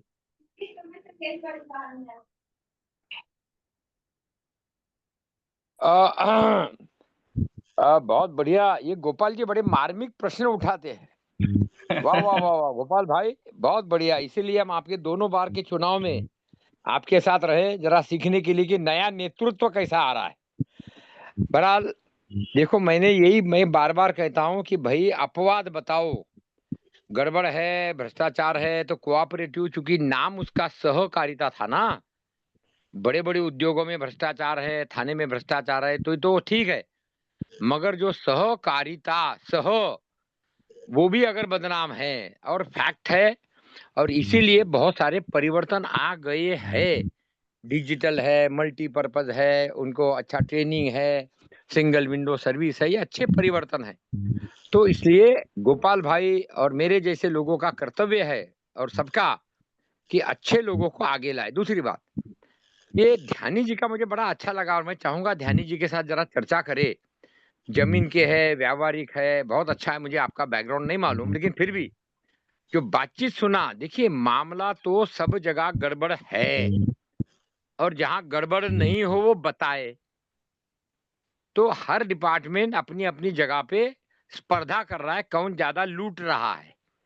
आपके उत्तराखंड में डिपार्टमेंट और पुलिस के डायरेक्टर जनरल का कितना झगड़ा हुआ, सुप्रीम कोर्ट तक मामला गया, कौन ज्यादा लूट रहा है। फिर फॉरेस्ट डिपार्टमेंट के अफसर ही लड़ पड़े कि डीजी कौन बनेगा। ये सब आपके सामने है। तो मामला, लड़ाई केवल लूट की है, तो ये नग्न सत्य है। और अगर नेतृत्वशाला और सोच और नीतियां और ढर्रा वैसा ही रहा, तो भविष्य अपने सामने दिख रहा है। जिसको नहीं दिख रहा है उसको मैं भगवान से कहूंगा, सद्बुद्धि दे, उसको दिखा दे।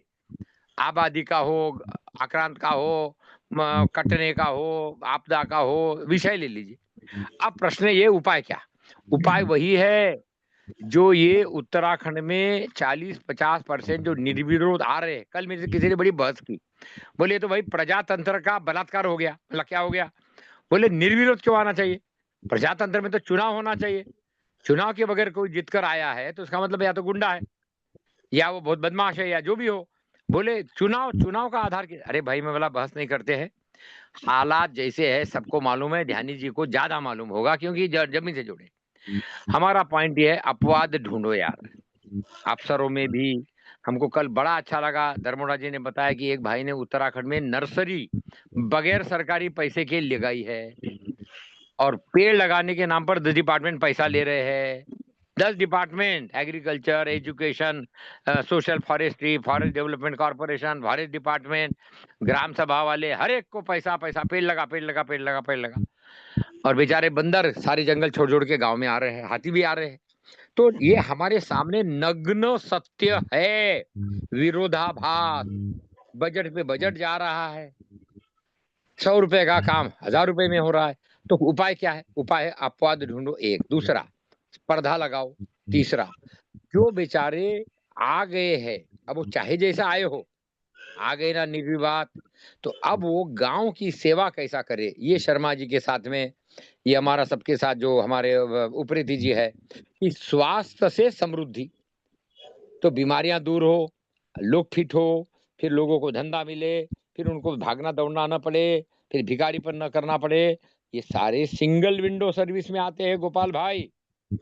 तो मेरा आपसे बार बार अनुरोध है, आप प्रश्न बहुत अच्छे करते हैं और कई बार प्रश्न में ही उत्तर रहता है, जैसा कि 3-4 बार लोगों ने बोला भी कि यार आपके प्रश्न में ही उत्तर छुपा हुआ है, तो आप क्या बोल रहे हो। आप कम से कम एक जिला ले लो, क्योंकि मुझे तो लड़ना नहीं, आपको लड़ना है। तो आप एक जिला ले लो, एक एरिया ले लो और उसमें ताकत लगाओ, कैसे योग से समृद्धि हो। वो होगा केवल अपवादों के माध्यम से। सामान्य में तो गड़बड़ है ही, जो उसको छोड़ दो। क्या अपवाद मिलेंगे? हाँ, बहुत मिलेंगे। गली गली में, जाति जाति में, घर घर में अपवादों को पकड़कर एक बड़ी लाइन बनाने के लिए डिजिटल के युग में, जो वर्तमान का युग है और समय अनुकूल है, ऐसा मेरा अनुरोध है कि आइए ग्राम सभा सलाहकार सेवा बने। जिसको जिस जिले में, जिस ब्लॉक में, जिस विषय को लेकर, चाहे वो पानी का हो, पेड़ का हो, गांव का हो, गाय का हो, गोबर का हो, स्वरोजगार का हो, गुरुकुल का हो, धंधे बढ़ाने का धंधा, सीधा सीधा रास्ता, पलायन के गांव हरे हो जाएंगे और शहर के लोग आने को तड़प रहे हैं। क्योंकि क्या दिल्ली में जीवन है, कानपुर में जीवन है, देहरादून का क्या हालत हो रहा है।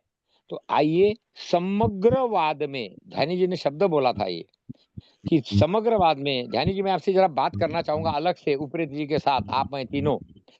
बहुत सही बात है, जड़ में बहुत ज्यादा कोड़ है। उपाय क्या है? अपवाद ढूंढो, सिंगल विंडो दो, ज्यादा नाटक न करें, सेवा मेवा सेवा का सीधा सीधा बोले। तुलसीदास जी ने बोला, सुर मुनि नर जगत की रीत, स्वार्थ लागे करे सब प्रीत। तो होने दे भैया, स्वार्थ से परार्थ की तरफ चले। मुझे लगता है गोपाल जी वैसे लोगों को तो आज ही जिला लेना चाहिए। भारत के 800 जिलों में से एक जिला ले लो, जवान हो, गोपाल जी ने जो जिला ले लिया है। आरटीआई की ताकत है। गोपाल हाँ? जी ने बनारस जिला लिया है और उसमें टीम भी बना ली है। उनकी टीम कब जो से ले है, लिया ये? कब से ये ले हो लिया? गया अभी 1 महीने से लिया हुआ है, 2 महीने ये से। तो 1 महीने में उन्होंने क्या क्या किया, जरा उस पर अलग से एक मीटिंग करो। अभी 2 दिन बनारस का, पहले ये बनारस से आए हैं। गोपाल जी अपडेट दे अरे भाई दीजिए। आए नहीं, लिया कब से ये बताओ ना यार, लिया कब से? अभी 1-1.5 महीना हुआ है, 1-1.5। अब भाई 1.5 महीने में 45 दिन हो गए दादा, जिस स्पीड से भाग रहा है, आप उसमें गति लाओ, जल्दी लाओ, धंधा बढ़ाओ, तो मजा आ जाएगा। बहरहाल बहुत बहुत धन्यवाद, मजा आ गया, आनंद आ गया। और गोपाल जी के प्रश्न आखिरी में रखा करो, आप शुरुआत में रख के गड़बड़ कर देते हो, आखिरी में रखो, मजा आ जाएगा। धन्यवाद। जी जी। हमारे अन्य साथियों ने भी हैंड रेस किए हुए हैं। गोपाल जी के प्रश्न का उत्तर जीवन चंद्र उत्पेती जी को भी देना था, लेकिन वो मुझे लगता है कि अभी हम शॉर्ट में दे दूं मैं, एक लाइन बस दे दूं मैं, अगर देना है तो। गोपाल जी ने बहुत अच्छा क्वेश्चन किया है, इसकी प्रशंसा भी हो रही है। तो मेरे को सिर्फ इतना कहना है एक लाइन का, कि हमको जो करना है, जो भ्रष्टाचार भ्रष्टाचार करके हम लोग चिल्ला रहे हैं, भ्रष्टाचार क्या है पहले उसको समझना है। भ्रष्टाचार कुछ नहीं है। भ्रष्टाचार क्या है? जब हमारे अंदर अकाउंटेबिलिटी, लायबिलिटी और ट्रांसपेरेंसी आ जाएगी तो नो भ्रष्टाचार। हमको ये समझाना है, बस हो गया, खत्म, दैट्स ऑल, यही मेरा कहना है। जी, बहुत बढ़िया। आदरणीय रणवीर शर्मा जी, ये जो अभी प्रश्न पूछा गया था उसमें आप भी हैं, आप थोड़ा सा विचार रखेंगे जो गोपाल जी का प्रश्न था? गोपाल जी के प्रश्न में अभिषेक भाई उत्तर तो पहले ही उन्होंने दे दिया। उत्तर तो पहले ही दे दिया कि भाई जो सत्ता पक्ष है उसके ऊपर समाज पक्ष मजबूत होना चाहिए। ये बात सही है कि समाज, जब समाज सर्वोच्च है और समाज नियंत्रित व्यवस्था ही तो ग्राम स्वराज है। समाज नियंत्रित व्यवस्था ही तो 73वां संशोधन है और उसके 29 अधिकार हैं।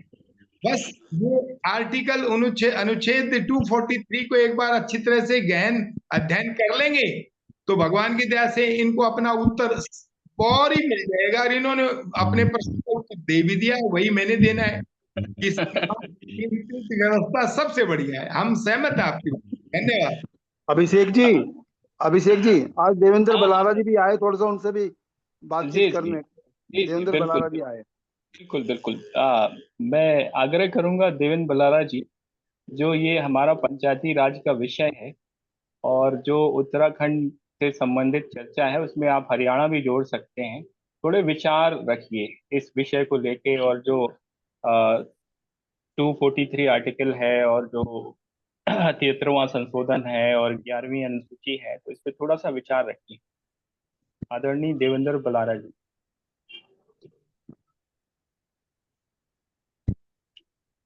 देवेंद्र जी,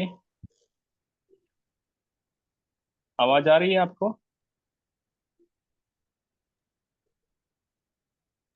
आदरणीय देवेंद्र बलारा जी, आपको आवाज आ रही है? देवेंद्र बलारा जी हरियाणा में काफी अच्छा काम कर रहे हैं और साथ ही साथ अभी लगता है उनको आवाज जा नहीं रही है। सत्य प्रकाश जी, अभी करता हूँ बात, मैं करता हूँ। हाँ, उनको थोड़ी देर में वो कर लेंगे। तो गोपाल जी की बात हो रही थी, तो सभी साथियों का ये मत है कि गोपाल जी के प्रश्न में ही जवाब होता है। तो गोपाल जी, ये पहेलियां होती है प्रश्न नहीं होते हैं। अच्छा ठीक है, ये मजाक था थोड़ा सा, इसको मजाक तक ही रहने दिया जाए। महेंद्र द्विवेदी जी ने हैंड रेज किया हुआ है। महेंद्र जी, अपना प्रश्न रखें। जी महेंद्र जी। नमस्कार। जी नमस्कार। जी। मैं सिर्फ यही कहना चाहता हूँ कि ग्राम पंचायतों में कार्य करना बहुत अच्छी बात है। हमें ग्राम पंचायतों से ही काम करना प्रारंभ करना है। और क्योंकि जहाँ बात भ्रष्टाचार की आती है तो इन लोगों की नसों में जो जनप्रतिनिधि हैं, अधिकांश, सभी का नहीं कहता हूँ, लगभग बड़ी संख्या है इनकी, जनप्रतिनिधियों की और अधिकारियों की, जिनकी नसों में ड्रग्स रूपी भ्रष्टाचार फैल गया है। और जिन्हें हम समझाने की बात करते हैं कि हम सरपंच को समझाएंगे, क्योंकि मैं प्रैक्टिकल पत्रकार हूँ, जाता रहता हूँ, गांव-गांव में रहता हूँ, पॉलिटिक्स भी कर रहा हूँ और समाज सेवा भी कर रहा हूँ। तो सरपंच जितना होशियार प्राणी कोई नहीं है।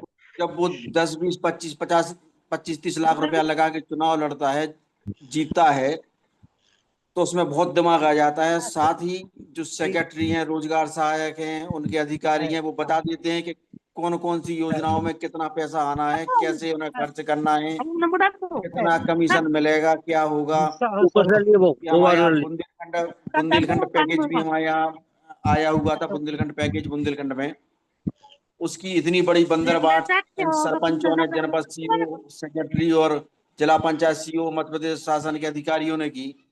अगर वो बुंदेलखंड का पैकेज अगर ईमानदारी से खर्च हो जाता तो बुंदेलखंड में बल्ले बल्ले हो जाता, बुंदेलखंड बहुत आगे बढ़ जाता। तो ये सिस्टम के लोग हैं, ये बहुत होशियार लोग हैं, ठीक है ना। अगर हमें वाकई में गांव का विकास करना है तो हमें पूर्व के सरपंच को अपने साथ लेना पड़ेगा, उप सरपंच को अपने साथ लेना पड़ेगा, जो गांव में थोड़े से जागरूक व्यक्ति हैं उनको अपने साथ लेना पड़ेगा, उन्हें समझाना पड़ेगा कि हमें गांव का विकास करना है और आप सबके सहयोग से होगा। अगर हम सरपंच के पास जाएंगे, वो बढ़िया बिठा लेगा, पानी पिलाएगा, चाय पिलाएगा, नाश्ता कराएगा और घुमा देगा, क्योंकि वो बहुत ज्ञानी है। अगर हम ईमानदारी से गांव का विकास चाहते हैं तो हम पहले के सरपंचों को बैठक में बुलाएं, पूर्व सरपंच को बुलाएं, कुछ जागरूक लोग हैं उन्हें बुलाएं, कुछ शिक्षा विभाग के लोग हैं उन्हें बुलाएं। तो इस तरीके के लोगों को बुला के हर गांव में एक बैठक हो। जैसे अभी एक भैया ने कहा था कि 100 लोग हैं तो 100 पंचायतें ले लें, तो मैं थोड़ा सा संशोधन करना चाहता हूँ।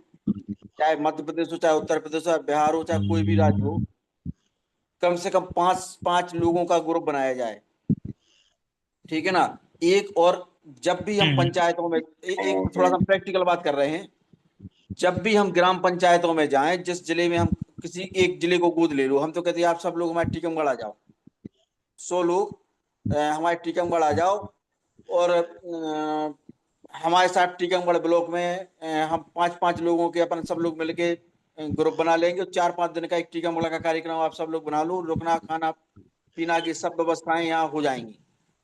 कम से कम आप सब लोग इतना महापुरुष आएंगे तो टीकमगढ़ ब्लॉक का भी उद्धार हो जाएगा, लोगों को जागृति का भी मिलेगी।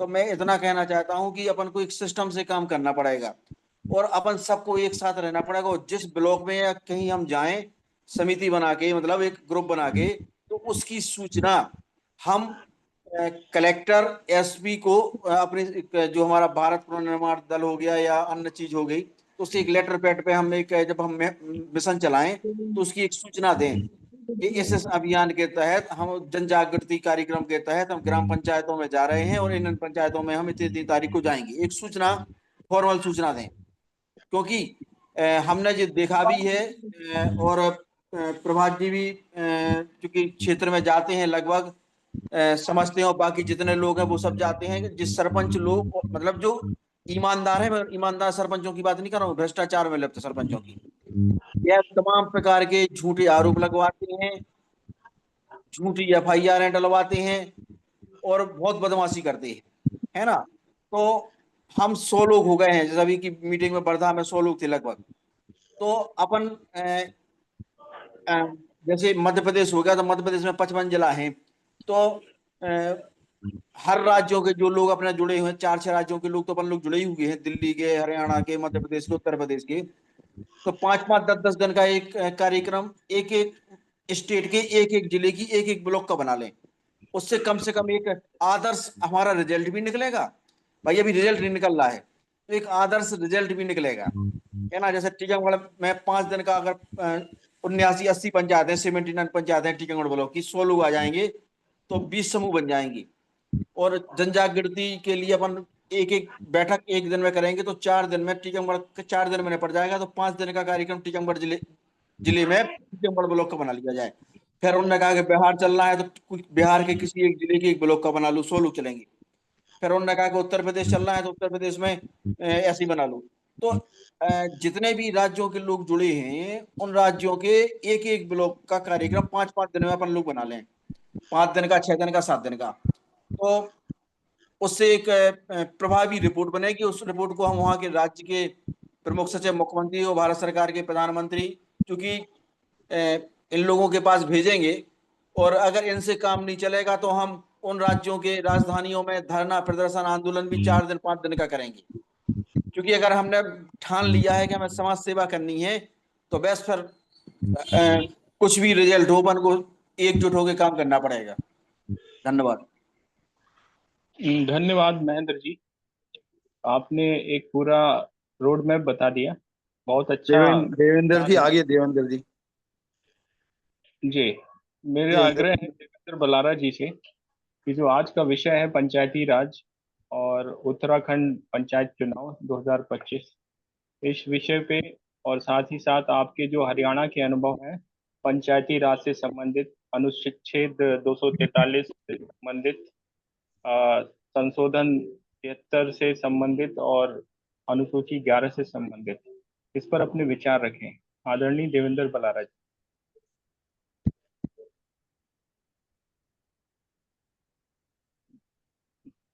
आदरणीय देवेंद्र बलारा जी। जी अभिषेक जी नमस्ते। आवाज आ रही है सभी? जी जी आ रही है, बिल्कुल साफ। ओके, बस मैं माफी चाहूंगा, माफी के साथ कि मैं थोड़ा लेट रिस्पॉन्ड किया मैंने, क्योंकि यहाँ थोड़ा सा नेटवर्क का इश्यू था, तो वो अब रिजॉल्व हो गया है, मैं ठीक जगह पर हूँ। तो अभी आवाज आपको ठीक आ रही है ना? जी जी बिल्कुल। मैंने काफी सारे साथियों के विचार सुने थे जो अभी चल रहे थे, और जिन साथियों ने भी इस विषय पर बात की है, चाहे 73rd अमेंडमेंट की बात हो और पंचायती राज की बात हो, और क्योंकि आप लोग बात कर रहे हैं उत्तराखंड के चुनाव को लेकर के, 2025 वाले चुनाव को लेकर के, मैं इस चुनाव वाले पॉइंट पर थोड़ा सा अलग होकर के, क्योंकि प्रैक्टिकल आपने मुझसे मेरे अनुभव और मेरी राय पूछी है, तो इसलिए मैं इस चुनाव को ध्यान में रख करके नहीं बोलूंगा। मैं बोलूंगा पंचायती राज और इसमें आ रही असली दिक्कत और असली ग्राउंड पे जो हम काम करेंगे और उसमें जो चैलेंज हमको मतलब चैलेंजेस जो हैं वो आ रहे हैं हमें, उन पे हम बात करेंगे। अभी तक जितने भी साथियों ने बात की है मैं क्योंकि मुझे बातें याद हैं और ये बात किसने कही थी वो मुझे ध्यान नहीं, तो आप लोग इसको अपने आप से चेक कर लीजिएगा। अभी तक की जो बातचीत है उसमें ऐसा लग रहा था जैसे एक पॉइंट पे मैं मतलब असहमत हुआ, मतलब बिल्कुल स्ट्रांगली असहमत हुआ कि जहां हमें ये दिमाग में हमें ये डालना पड़े शुरुआत में ही कि वहां कुछ भ्रष्टाचार होगा और आदर्श स्थिति नहीं बनेगी। इसका मतलब ये जो कॉन्फिडेंस है कि भ्रष्टाचार होगा ही होगा, या फिर ये जो डाउट है कि भ्रष्टाचार खत्म नहीं होगा, इसका कारण मैं ये समझता हूं कि हम जो और जो उसके बाद के जो बाकी साथी उन्होंने बात करी है वो ये थी कि हम पंचायत के मेंबरान से मिलेंगे, हम जो पहले हार चुके हैं उनसे मिलेंगे, जो मौजूदा है वो साथ नहीं देगा। आवाज आ रही है किसी की बीच में ना, प्लीज म्यूट कर लीजिए, पीछे से पता नहीं और किसी का भी ऑन है माइक, बाकी के सारे अपना म्यूट कर लें। तो जो हाँ, तो इस पॉइंट था कि आप सब लोग कि वो भ्रष्टाचार तो होगा ही, दूसरा हमें उन लोगों से मिलना है जो हार गए हैं या जिन्होंने चुनाव लड़ा है, ये वाला पॉइंट आपने बोला है। देखिए मेरा जो अनुभव है वो ये कहता है अभी तक के सामाजिक जीवन में, मैं प्रैक्टिकली बता रहा हूँ, मैं कोई बौद्धिक विलासिता के लिए घर से नहीं निकला था। बौद्धिक तौर पर लोगों को बताने के लिए मेरे पास बहुत बढ़िया प्लेटफॉर्म था, मैं बहुत बढ़िया ऐसा काम कर रहा था जिसमें लोगों को कितना ही बहकाया जाए। कोचिंग सेंटर वाला जो काम है ये इतना जबरदस्त है जिसमें इज्जत पैसा सब रुतबा सब कुछ है। वो सब छोड़ करके मैं इसलिए चला कि वाकई हमको ग्राउंड पे कुछ मतलब असलियत में हमें कुछ बदलाव करना है। और असलियत में बदलाव करने के लिए जो मुझे समझ में आया वो आया कि जिन लोगों के लिए बदलाव करना है उनकी सोच में बदलाव का होना बहुत जरूरी है।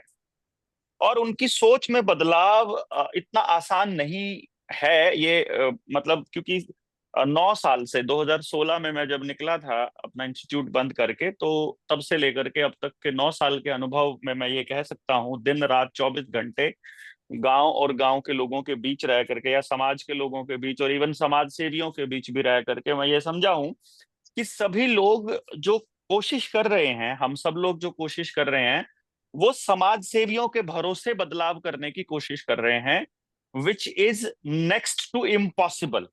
मतलब मैं इम्पॉसिबल नहीं कहूंगा but it is next to impossible.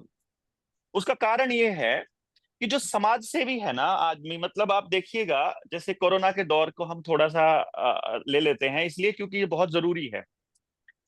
हम जब बात करने चले पंचायती राज की तो पहले नंबर पर हमको सच का साथ देना होगा और भ्रष्टाचारियों के खिलाफ हमको बोलना होगा, ये हमारी पहली रिक्वायरमेंट है। उसके लिए हमारे लोगों के पास गट्स होने बहुत जरूरी हैं, जो लोगों को जगा सकें कि सही क्या है और गलत क्या है। यदि हम गलत और सही नहीं बता पाएंगे तो ग्राम सभा में पास होने वाले उस कानून या किसी भी रेजोल्यूशन का कोई महत्व नहीं रह जाएगा, जो कि ये मंत्रालयों में बैठे लोग चाहते हैं कि ऐसा हो, कि ये लोगों की क्रेडिबिलिटी बिल्कुल खत्म हो जाए। मतलब हम किसी भी मुद्दे पर उठें और ग्राम सभा की मीटिंग उठा लें और उस मीटिंग के बहाने हम लोगों को इकट्ठा करें और फिर होगा कुछ नहीं, कारण क्या है, व्यवस्था उन्हीं की है। तो गांव के लोगों का भरोसा हमारे ऊपर से अपने आप उठ जाएगा और शुरू में जहां इकट्ठे लोग होंगे खूब सारे, बाद में वो लोग इकट्ठे होने बंद हो जाएंगे। फिर इसी चीज को हम थोड़ा और आगे लेकर के जाएं यदि कि फिर यदि हम गांव के लोगों को जगाएं तो उसके लिए तो समय लगेगा। यही एक प्रॉब्लम है कि समाज सेवियों के पास तो समय ही नहीं है। मान लीजिए आप सब लोग 4-5 दिन के लिए एक मीटिंग कर रहे हैं, फिर 3-4 दिन के लिए फिर और मीटिंग कर रहे हैं, फिर और मीटिंग कर रहे हैं, और इस तरह से मीटिंग करते करते आपका पूरा महीना, जितने भी समाज सेवी हैं उनका पूरा महीना मीटिंग्स में गुजर रहा है। और मीटिंग्स किन से कर रहे हैं? दूसरे समाज सेवियों से। और दूसरे समाज सेवियों में कौन कौन है? या तो किसी पॉलिटिकल पार्टी का व्यक्ति है, या किसी एनजीओ का व्यक्ति है, या ऑलरेडी कोई सरपंच प्रधान या कोई ऐसा व्यक्ति है।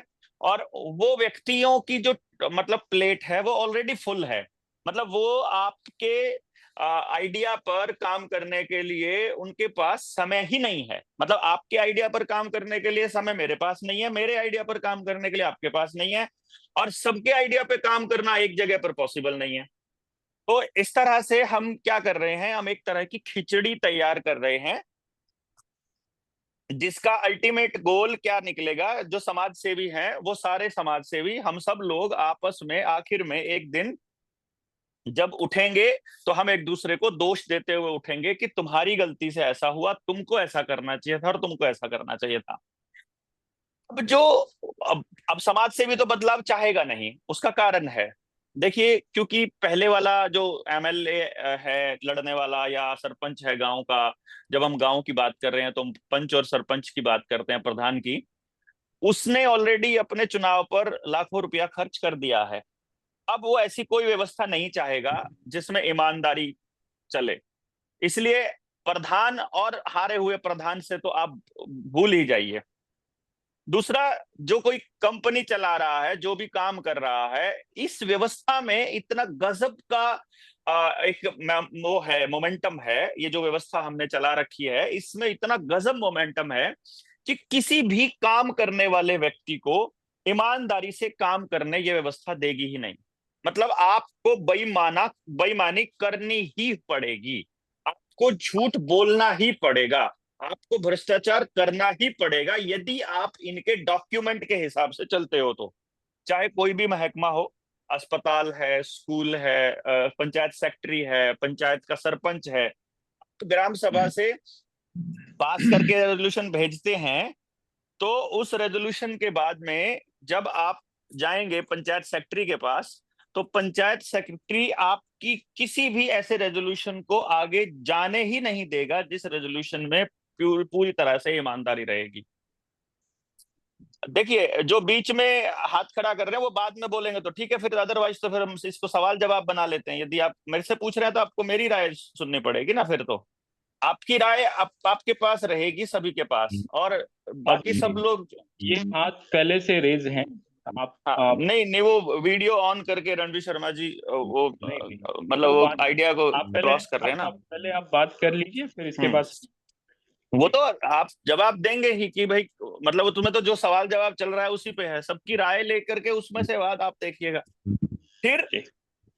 फिर उसके बाद में जो हम कर रहे हैं कि जिसके लिए हम बदलाव करना चाहते हैं, मतलब असल में मैंने शायद वहां वर्धा में हम जब हुए थे इकट्ठे, तो मैंने वहां पर भी ये बात रखी थी अपनी, कि जिस व्यक्ति के लिए हम ये बदलाव करना चाह रहे हैं उससे तो हमने बात की ही नहीं कि वो क्या चाहता है। ये आप चाहते हैं ऐसा कि ऐसा हो जाएगा, और ऐसा चाहते हुए हमारे 1947 से लेकर के आज तक के विद्वान हर राज्यसभा में, लोकसभा में, हर मीटिंग में देश के विकास के नाम पर ढेर सारे लाखों की संख्या में हमने प्रस्ताव पास किए हैं कि इससे ये सुधार हो जाएगा, परंतु एक भी दिशा में सुधार नहीं हुआ। मतलब अल्टीमेटली चाहे समाज में अपराध का बढ़ना हो, नशे का बढ़ना हो, चाहे डिपार्टमेंट्स की दादागिरी हो, चाहे मंत्रालयों का वर्चस्व हो, चाहे फिर नेताओं की डकैती हो, चाहे पैसे का लेन देन का खेल हो, चाहे सड़कों के नाम पर जमीनों का अधिग्रहण हो, और तमाम चीजें, जितने भी हम जिन प्रॉब्लम्स को हम लेकर के चले हुए हैं वो सारी चीजों पे, तो जो आदमी है गांव में जो बैठा है, जिसके लिए हम ग्राम सभा की बात कर रहे हैं, उस व्यक्ति को तो इस व्यवस्था का ही नहीं पता है। उसे तो ये भी नहीं पता है कि जो उसके साथ में मतलब गड़बड़ी हो रही है, जो उसका जीवन दूभर हो रहा है, जो उसका जीवन नरक जैसा बन रहा है, उसमें उसकी अज्ञानता है, और उसकी अज्ञानता को दूर करने के लिए कोई समाज सेवी जा ही नहीं रहा है। मतलब उसके पास समय, मुझे नहीं लगता कि हम में से कोई भी व्यक्ति जाकर के आखिरी आदमी से बात कर रहा है, आखिरी आदमी को समझाने की कोशिश कर रहा है या उस आदमी तक पहुंचने की कोशिश कर रहा है।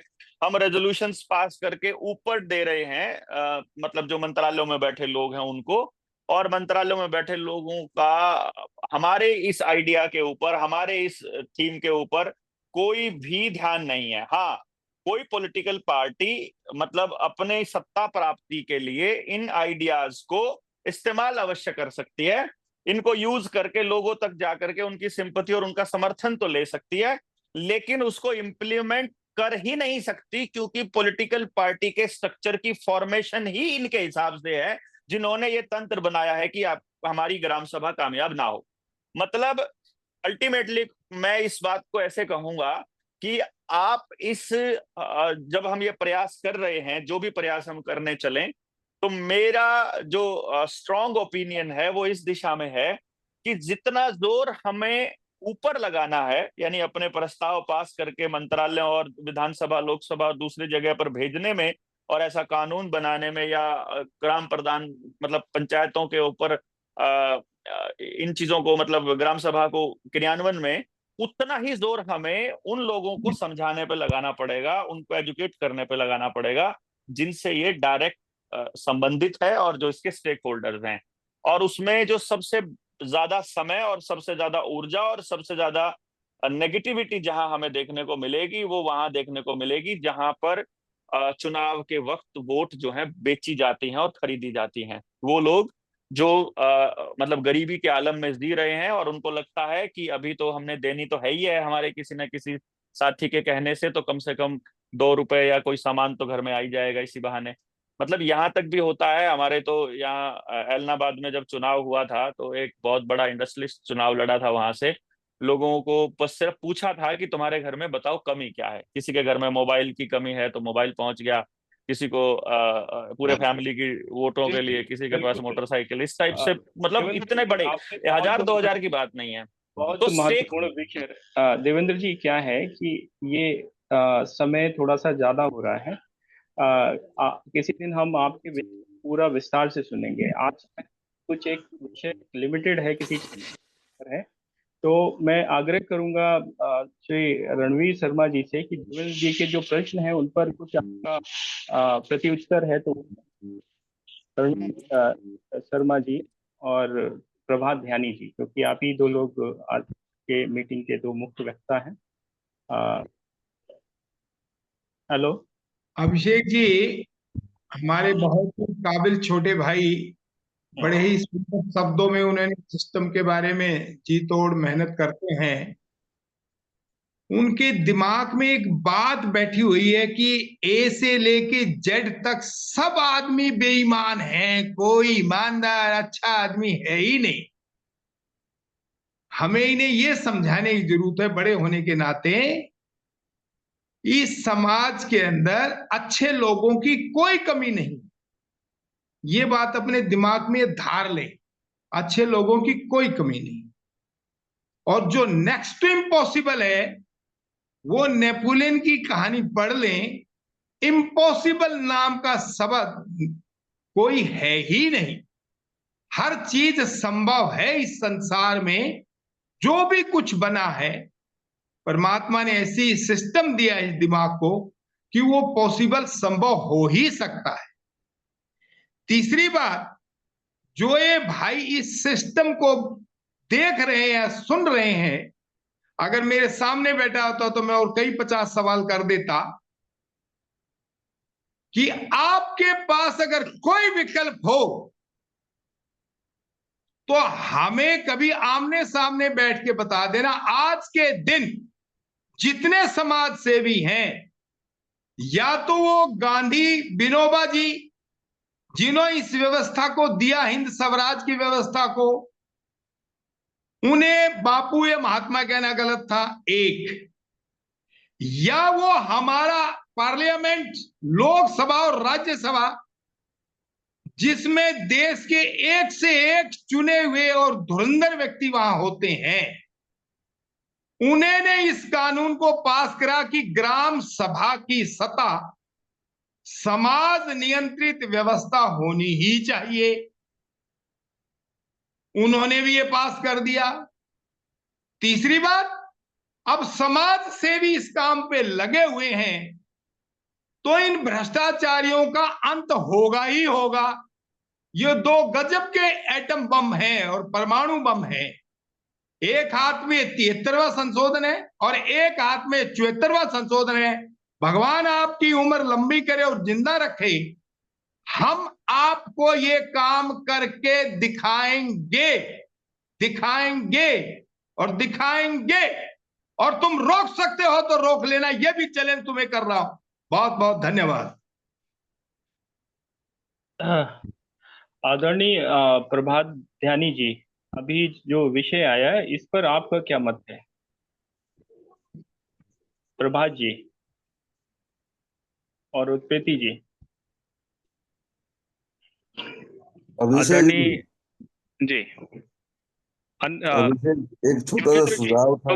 योगेंद्र जी, अभी तो कई सारे लोग हैं, उसके बाद आप अपना हैंड रेज करिए। सॉरी, ये सिस्टम थोड़ा सा बना हुआ है तो उसी हैंड डाउन लोअर करना है मेरे को, हैंड रेज करना है, रेज करना है। बलदेव जी, बलदेव राज सूद जी, आपने हैंड रेज किया हुआ है, प्रश्न करिए। मैंने सब बातें सुनी हैं और बड़ी ठीक चर्चा चली हुई है। मैं रणवीर शर्मा जी की बात का समर्थन करता हूं कि असंभव कुछ नहीं है। मेरा प्रश्न ये, मेरा सुझाव है, मेरा सुझाव ये है कि जैसे रवनीत जी ने कहा कि सब लोग भ्रष्ट नहीं हैं, कुछ लोग भ्रष्ट हैं। मेरा भी ये बात है कि लगभग 15 से 20% लोग भ्रष्ट हैं, बाकी 80% लोग जो हैं वो ठीक हैं। परंतु समस्या ये है कि जो ठीक लोग हैं, वो अच्छा समझते हैं, अच्छा सोचते हैं, वो अपने आप को अकेला समझते हैं, उनको कोई प्रोत्साहन मिलता नहीं है। इसलिए हम लोग जो इस काम में लगे हुए हैं, हमें अपनी संख्या को बढ़ाना होगा और ग्राम सभा तक पहुंचना होगा और ग्राम सभा की समस्याओं को सबल करने के लिए उनको सहयोग देना होगा। तो सारी समस्याएं जो वो हल हो जाएंगी, ग्राम सभा सब सफल हो गई तो सारी समस्याओं का हल हो जाएगा। क्योंकि वास्तव में समस्याएं तो नीचे हैं, नीचे की समस्या का समाधान होगा तो सारी समस्याओं का समाधान हो जाएगा। तो मैं रणवीर जी की बात का समर्थन करता हूं कि हर चीज संभव है, करने वाले चाहिए। धन्यवाद। धन्यवाद बलदेव जी। महेश्वरी पांडे जी, महेश्वरी पांडे जी, इसके बाद योगेंद्र जी, आदरणीय योगेंद्र यादव जी। महेश्वरी पांडे जी, आपने हैंड रेज किया हुआ है जी।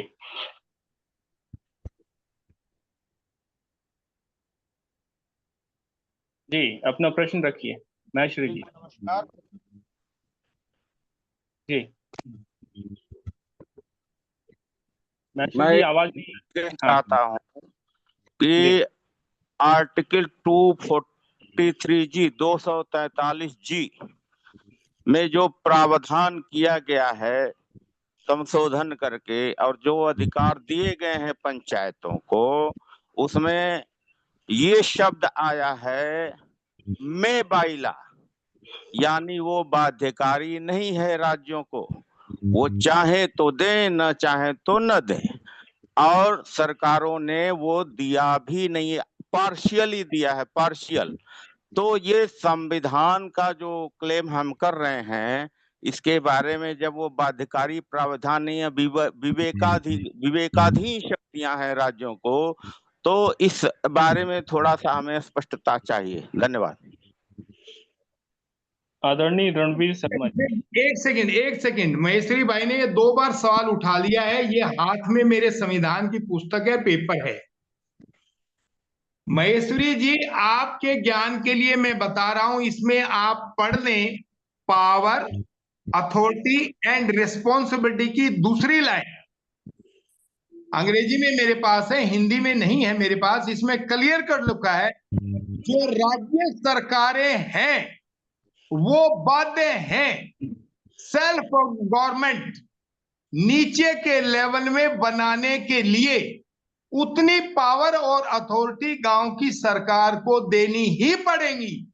वो 243 जी जरा सा पढ़ देंगे सर, जो आपके हाथ में किताब है, प्लीज। तो इस में बाध्य है, राज्य सरकार बाध्य है नीचे की सरकार को उतनी पावर, उतनी अथॉरिटी देने के लिए कि वहां पे 7 सरकार, सेल्फ गवर्नमेंट इंस्टीट्यूशन गांव में बन सके। ये बाध्य सरकार जरूरी है, बाध्य है उसके लिए। यही भारत सरकार का आदेश है, यही संविधान है और यही राष्ट्रपति की मोहर है। इसलिए राज्य सरकार अपने विवेक से नहीं, राज्य सरकार को यह करना ही पड़ेगा। ये आपके ऊपर दम होना चाहिए कि आप उसको लागू करवाएं अपनी स्टेट गवर्नमेंट के अंदर। हम इसे करवा रहे हैं यहाँ पे। धन्यवाद। योगेंद्र यादव जी, आदरणीय योगेंद्र यादव जी।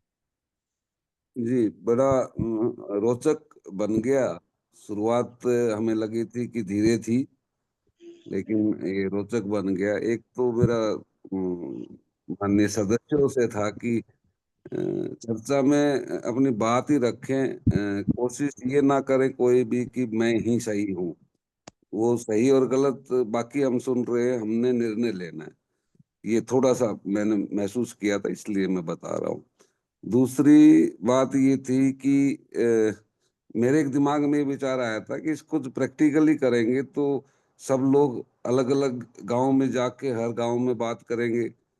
तो दूसरा मेरा सुझाव ये आ रहा था कि हर गांव में जाने की बजाय, वो भी दूसरी जगह जाके हम कर रहे हैं, वहाँ के जो लोकल हमारे साथी हैं, जैसे उप्रेती जी तो वहाँ देख ही रहे हैं और ध्यानी जी भी ग्राउंड पे काम कर रहे हैं। तो गांव में कुछ अच्छे लोगों को आइडेंटिफाई करके अगर उनके सेशन लिया जाए, जैसे रणवीर शर्मा जी हैं और हमारे बलारा जी भी हैं और उप्रेती जी भी हैं, तो उनको ट्रेंड करके उनको ही गांव में भेजा जाए तो वो ज्यादा इफेक्टिव रहेगा। एक सुझाव। दूसरा, किसी भी नई चीज का एक समय होता है, जैसे राजनीति का है, राजनीति में कोई नई राजनीति की बात करते हैं तो जो चुनाव के नजदीक का माहौल होता है उसमें चीजें बहुत आसानी से लोगों तक पहुंचती है। अगर ये चुनाव के से कुछ महीने पहले ही गांव गांव में हमने किया होता, चाहे हम जाके करते, 5 लोग 10 लोग जो भी थे, पूरा उत्तराखंड हम कवर कर लेते, बहुत बड़ा नहीं है। तो उस टाइम हर आदमी चीजों को सुन रहा होता है, उसकी अलग परसेप्शन बनती है उस टाइम। तो ये एक अपॉर्चुनिटी नई चीज को ले जाने की होती है। तीसरी चीज मैं कह रहा था कि अब जब चुनाव हो गए हैं और अभी उनके रिजल्ट भी आने हैं, नई नई माहौल बनेगा, वहां पे एकदम से किसी भी गांव में जाएंगे तो चीजों का उतना प्रभाव नहीं पड़ेगा। रादर मेरी पहले वाली सलाह थी कि गांव से अच्छे लोगों को आइडेंटिफाई करके उनको मजबूत किया जाए, जिससे कि वो ग्राम सभा की एडवाइजरी कमेटी वही बनेंगे बेसिकली। बाहर से हम लोग तो उत्तराखंड के एडवाइजर नहीं रहेंगे ना। हमने उनको एम्पावर करना है, उनको इतना मजबूत करते हैं कि गांव का आदमी को गांव के लोग ज्यादा अच्छे से समझते हैं। ये मेरा सुझाव था। धन्यवाद जी, बहुत बढ़िया सुझाव था। ये हमारे बीच में बहुत सारे वरिष्ठ साथी जुड़े हुए हैं। अन्ना हजारे के साथ पूर्व में जुड़े रहे अशोक शब्बन भी जुड़े हुए हैं और हमारे सत्य प्रकाश भारत जी जुड़े हुए हैं, अलका नार्वेकर ईरानी जी जुड़े हुए हैं, आनंद सिंह जी जुड़े हुए हैं और मतलब डॉक्टर सुभाष नालंगे जी भी जुड़े हुए हैं। आप उनको बोलने का भी नहीं पाया, समय बहुत ज़्यादा हो गया। और हमारे से जुड़े हुए हैं कुले त्रिपाठी जी और इसके अलावा प्रदीप जी जुड़े हुए हैं और सुमेर सिंह राजावत जी जुड़े हुए हैं। सुमेर सिंह राजावत जी के साथ तुलसीदास मदास जी जुड़े हुए हैं अलग जगह से। सुमेर सिंह जी, आपने एड्रेस किया था, कोई प्रश्न है तो कर सकते हैं, ये आखिरी प्रश्न होगा। इसके बाद मैं सत्य प्रकाश जी को आमंत्रित करूंगा कि वो अपना धन्यवाद ज्ञापन दें और इसको हम खत्म करते हैं। पे हम लोग फोन पर चर्चा कर लेंगे और देवेंद्र जी से आग्रह होगा कि 5 तारीख या 6 तारीख को समय निकालें और वो जो विषय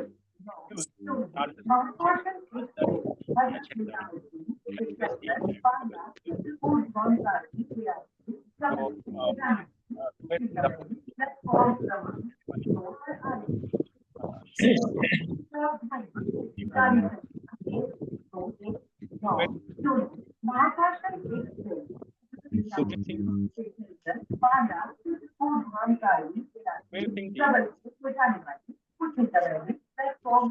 सिंह जी, आपको आवाज आ रही है? हाँ, आ रही है साहब। हाँ, प्रश्न करिए। मेरा तो एक ही निवेदन है साहब, ग्राम सभा के में 2/3 मेजोरिटी चाहिए कि इसके लिए आपको ग्रामों में के ही कुछ व्यवस्थाएं करनी पड़ेगी, विशेष ध्यान देना पड़ेगा।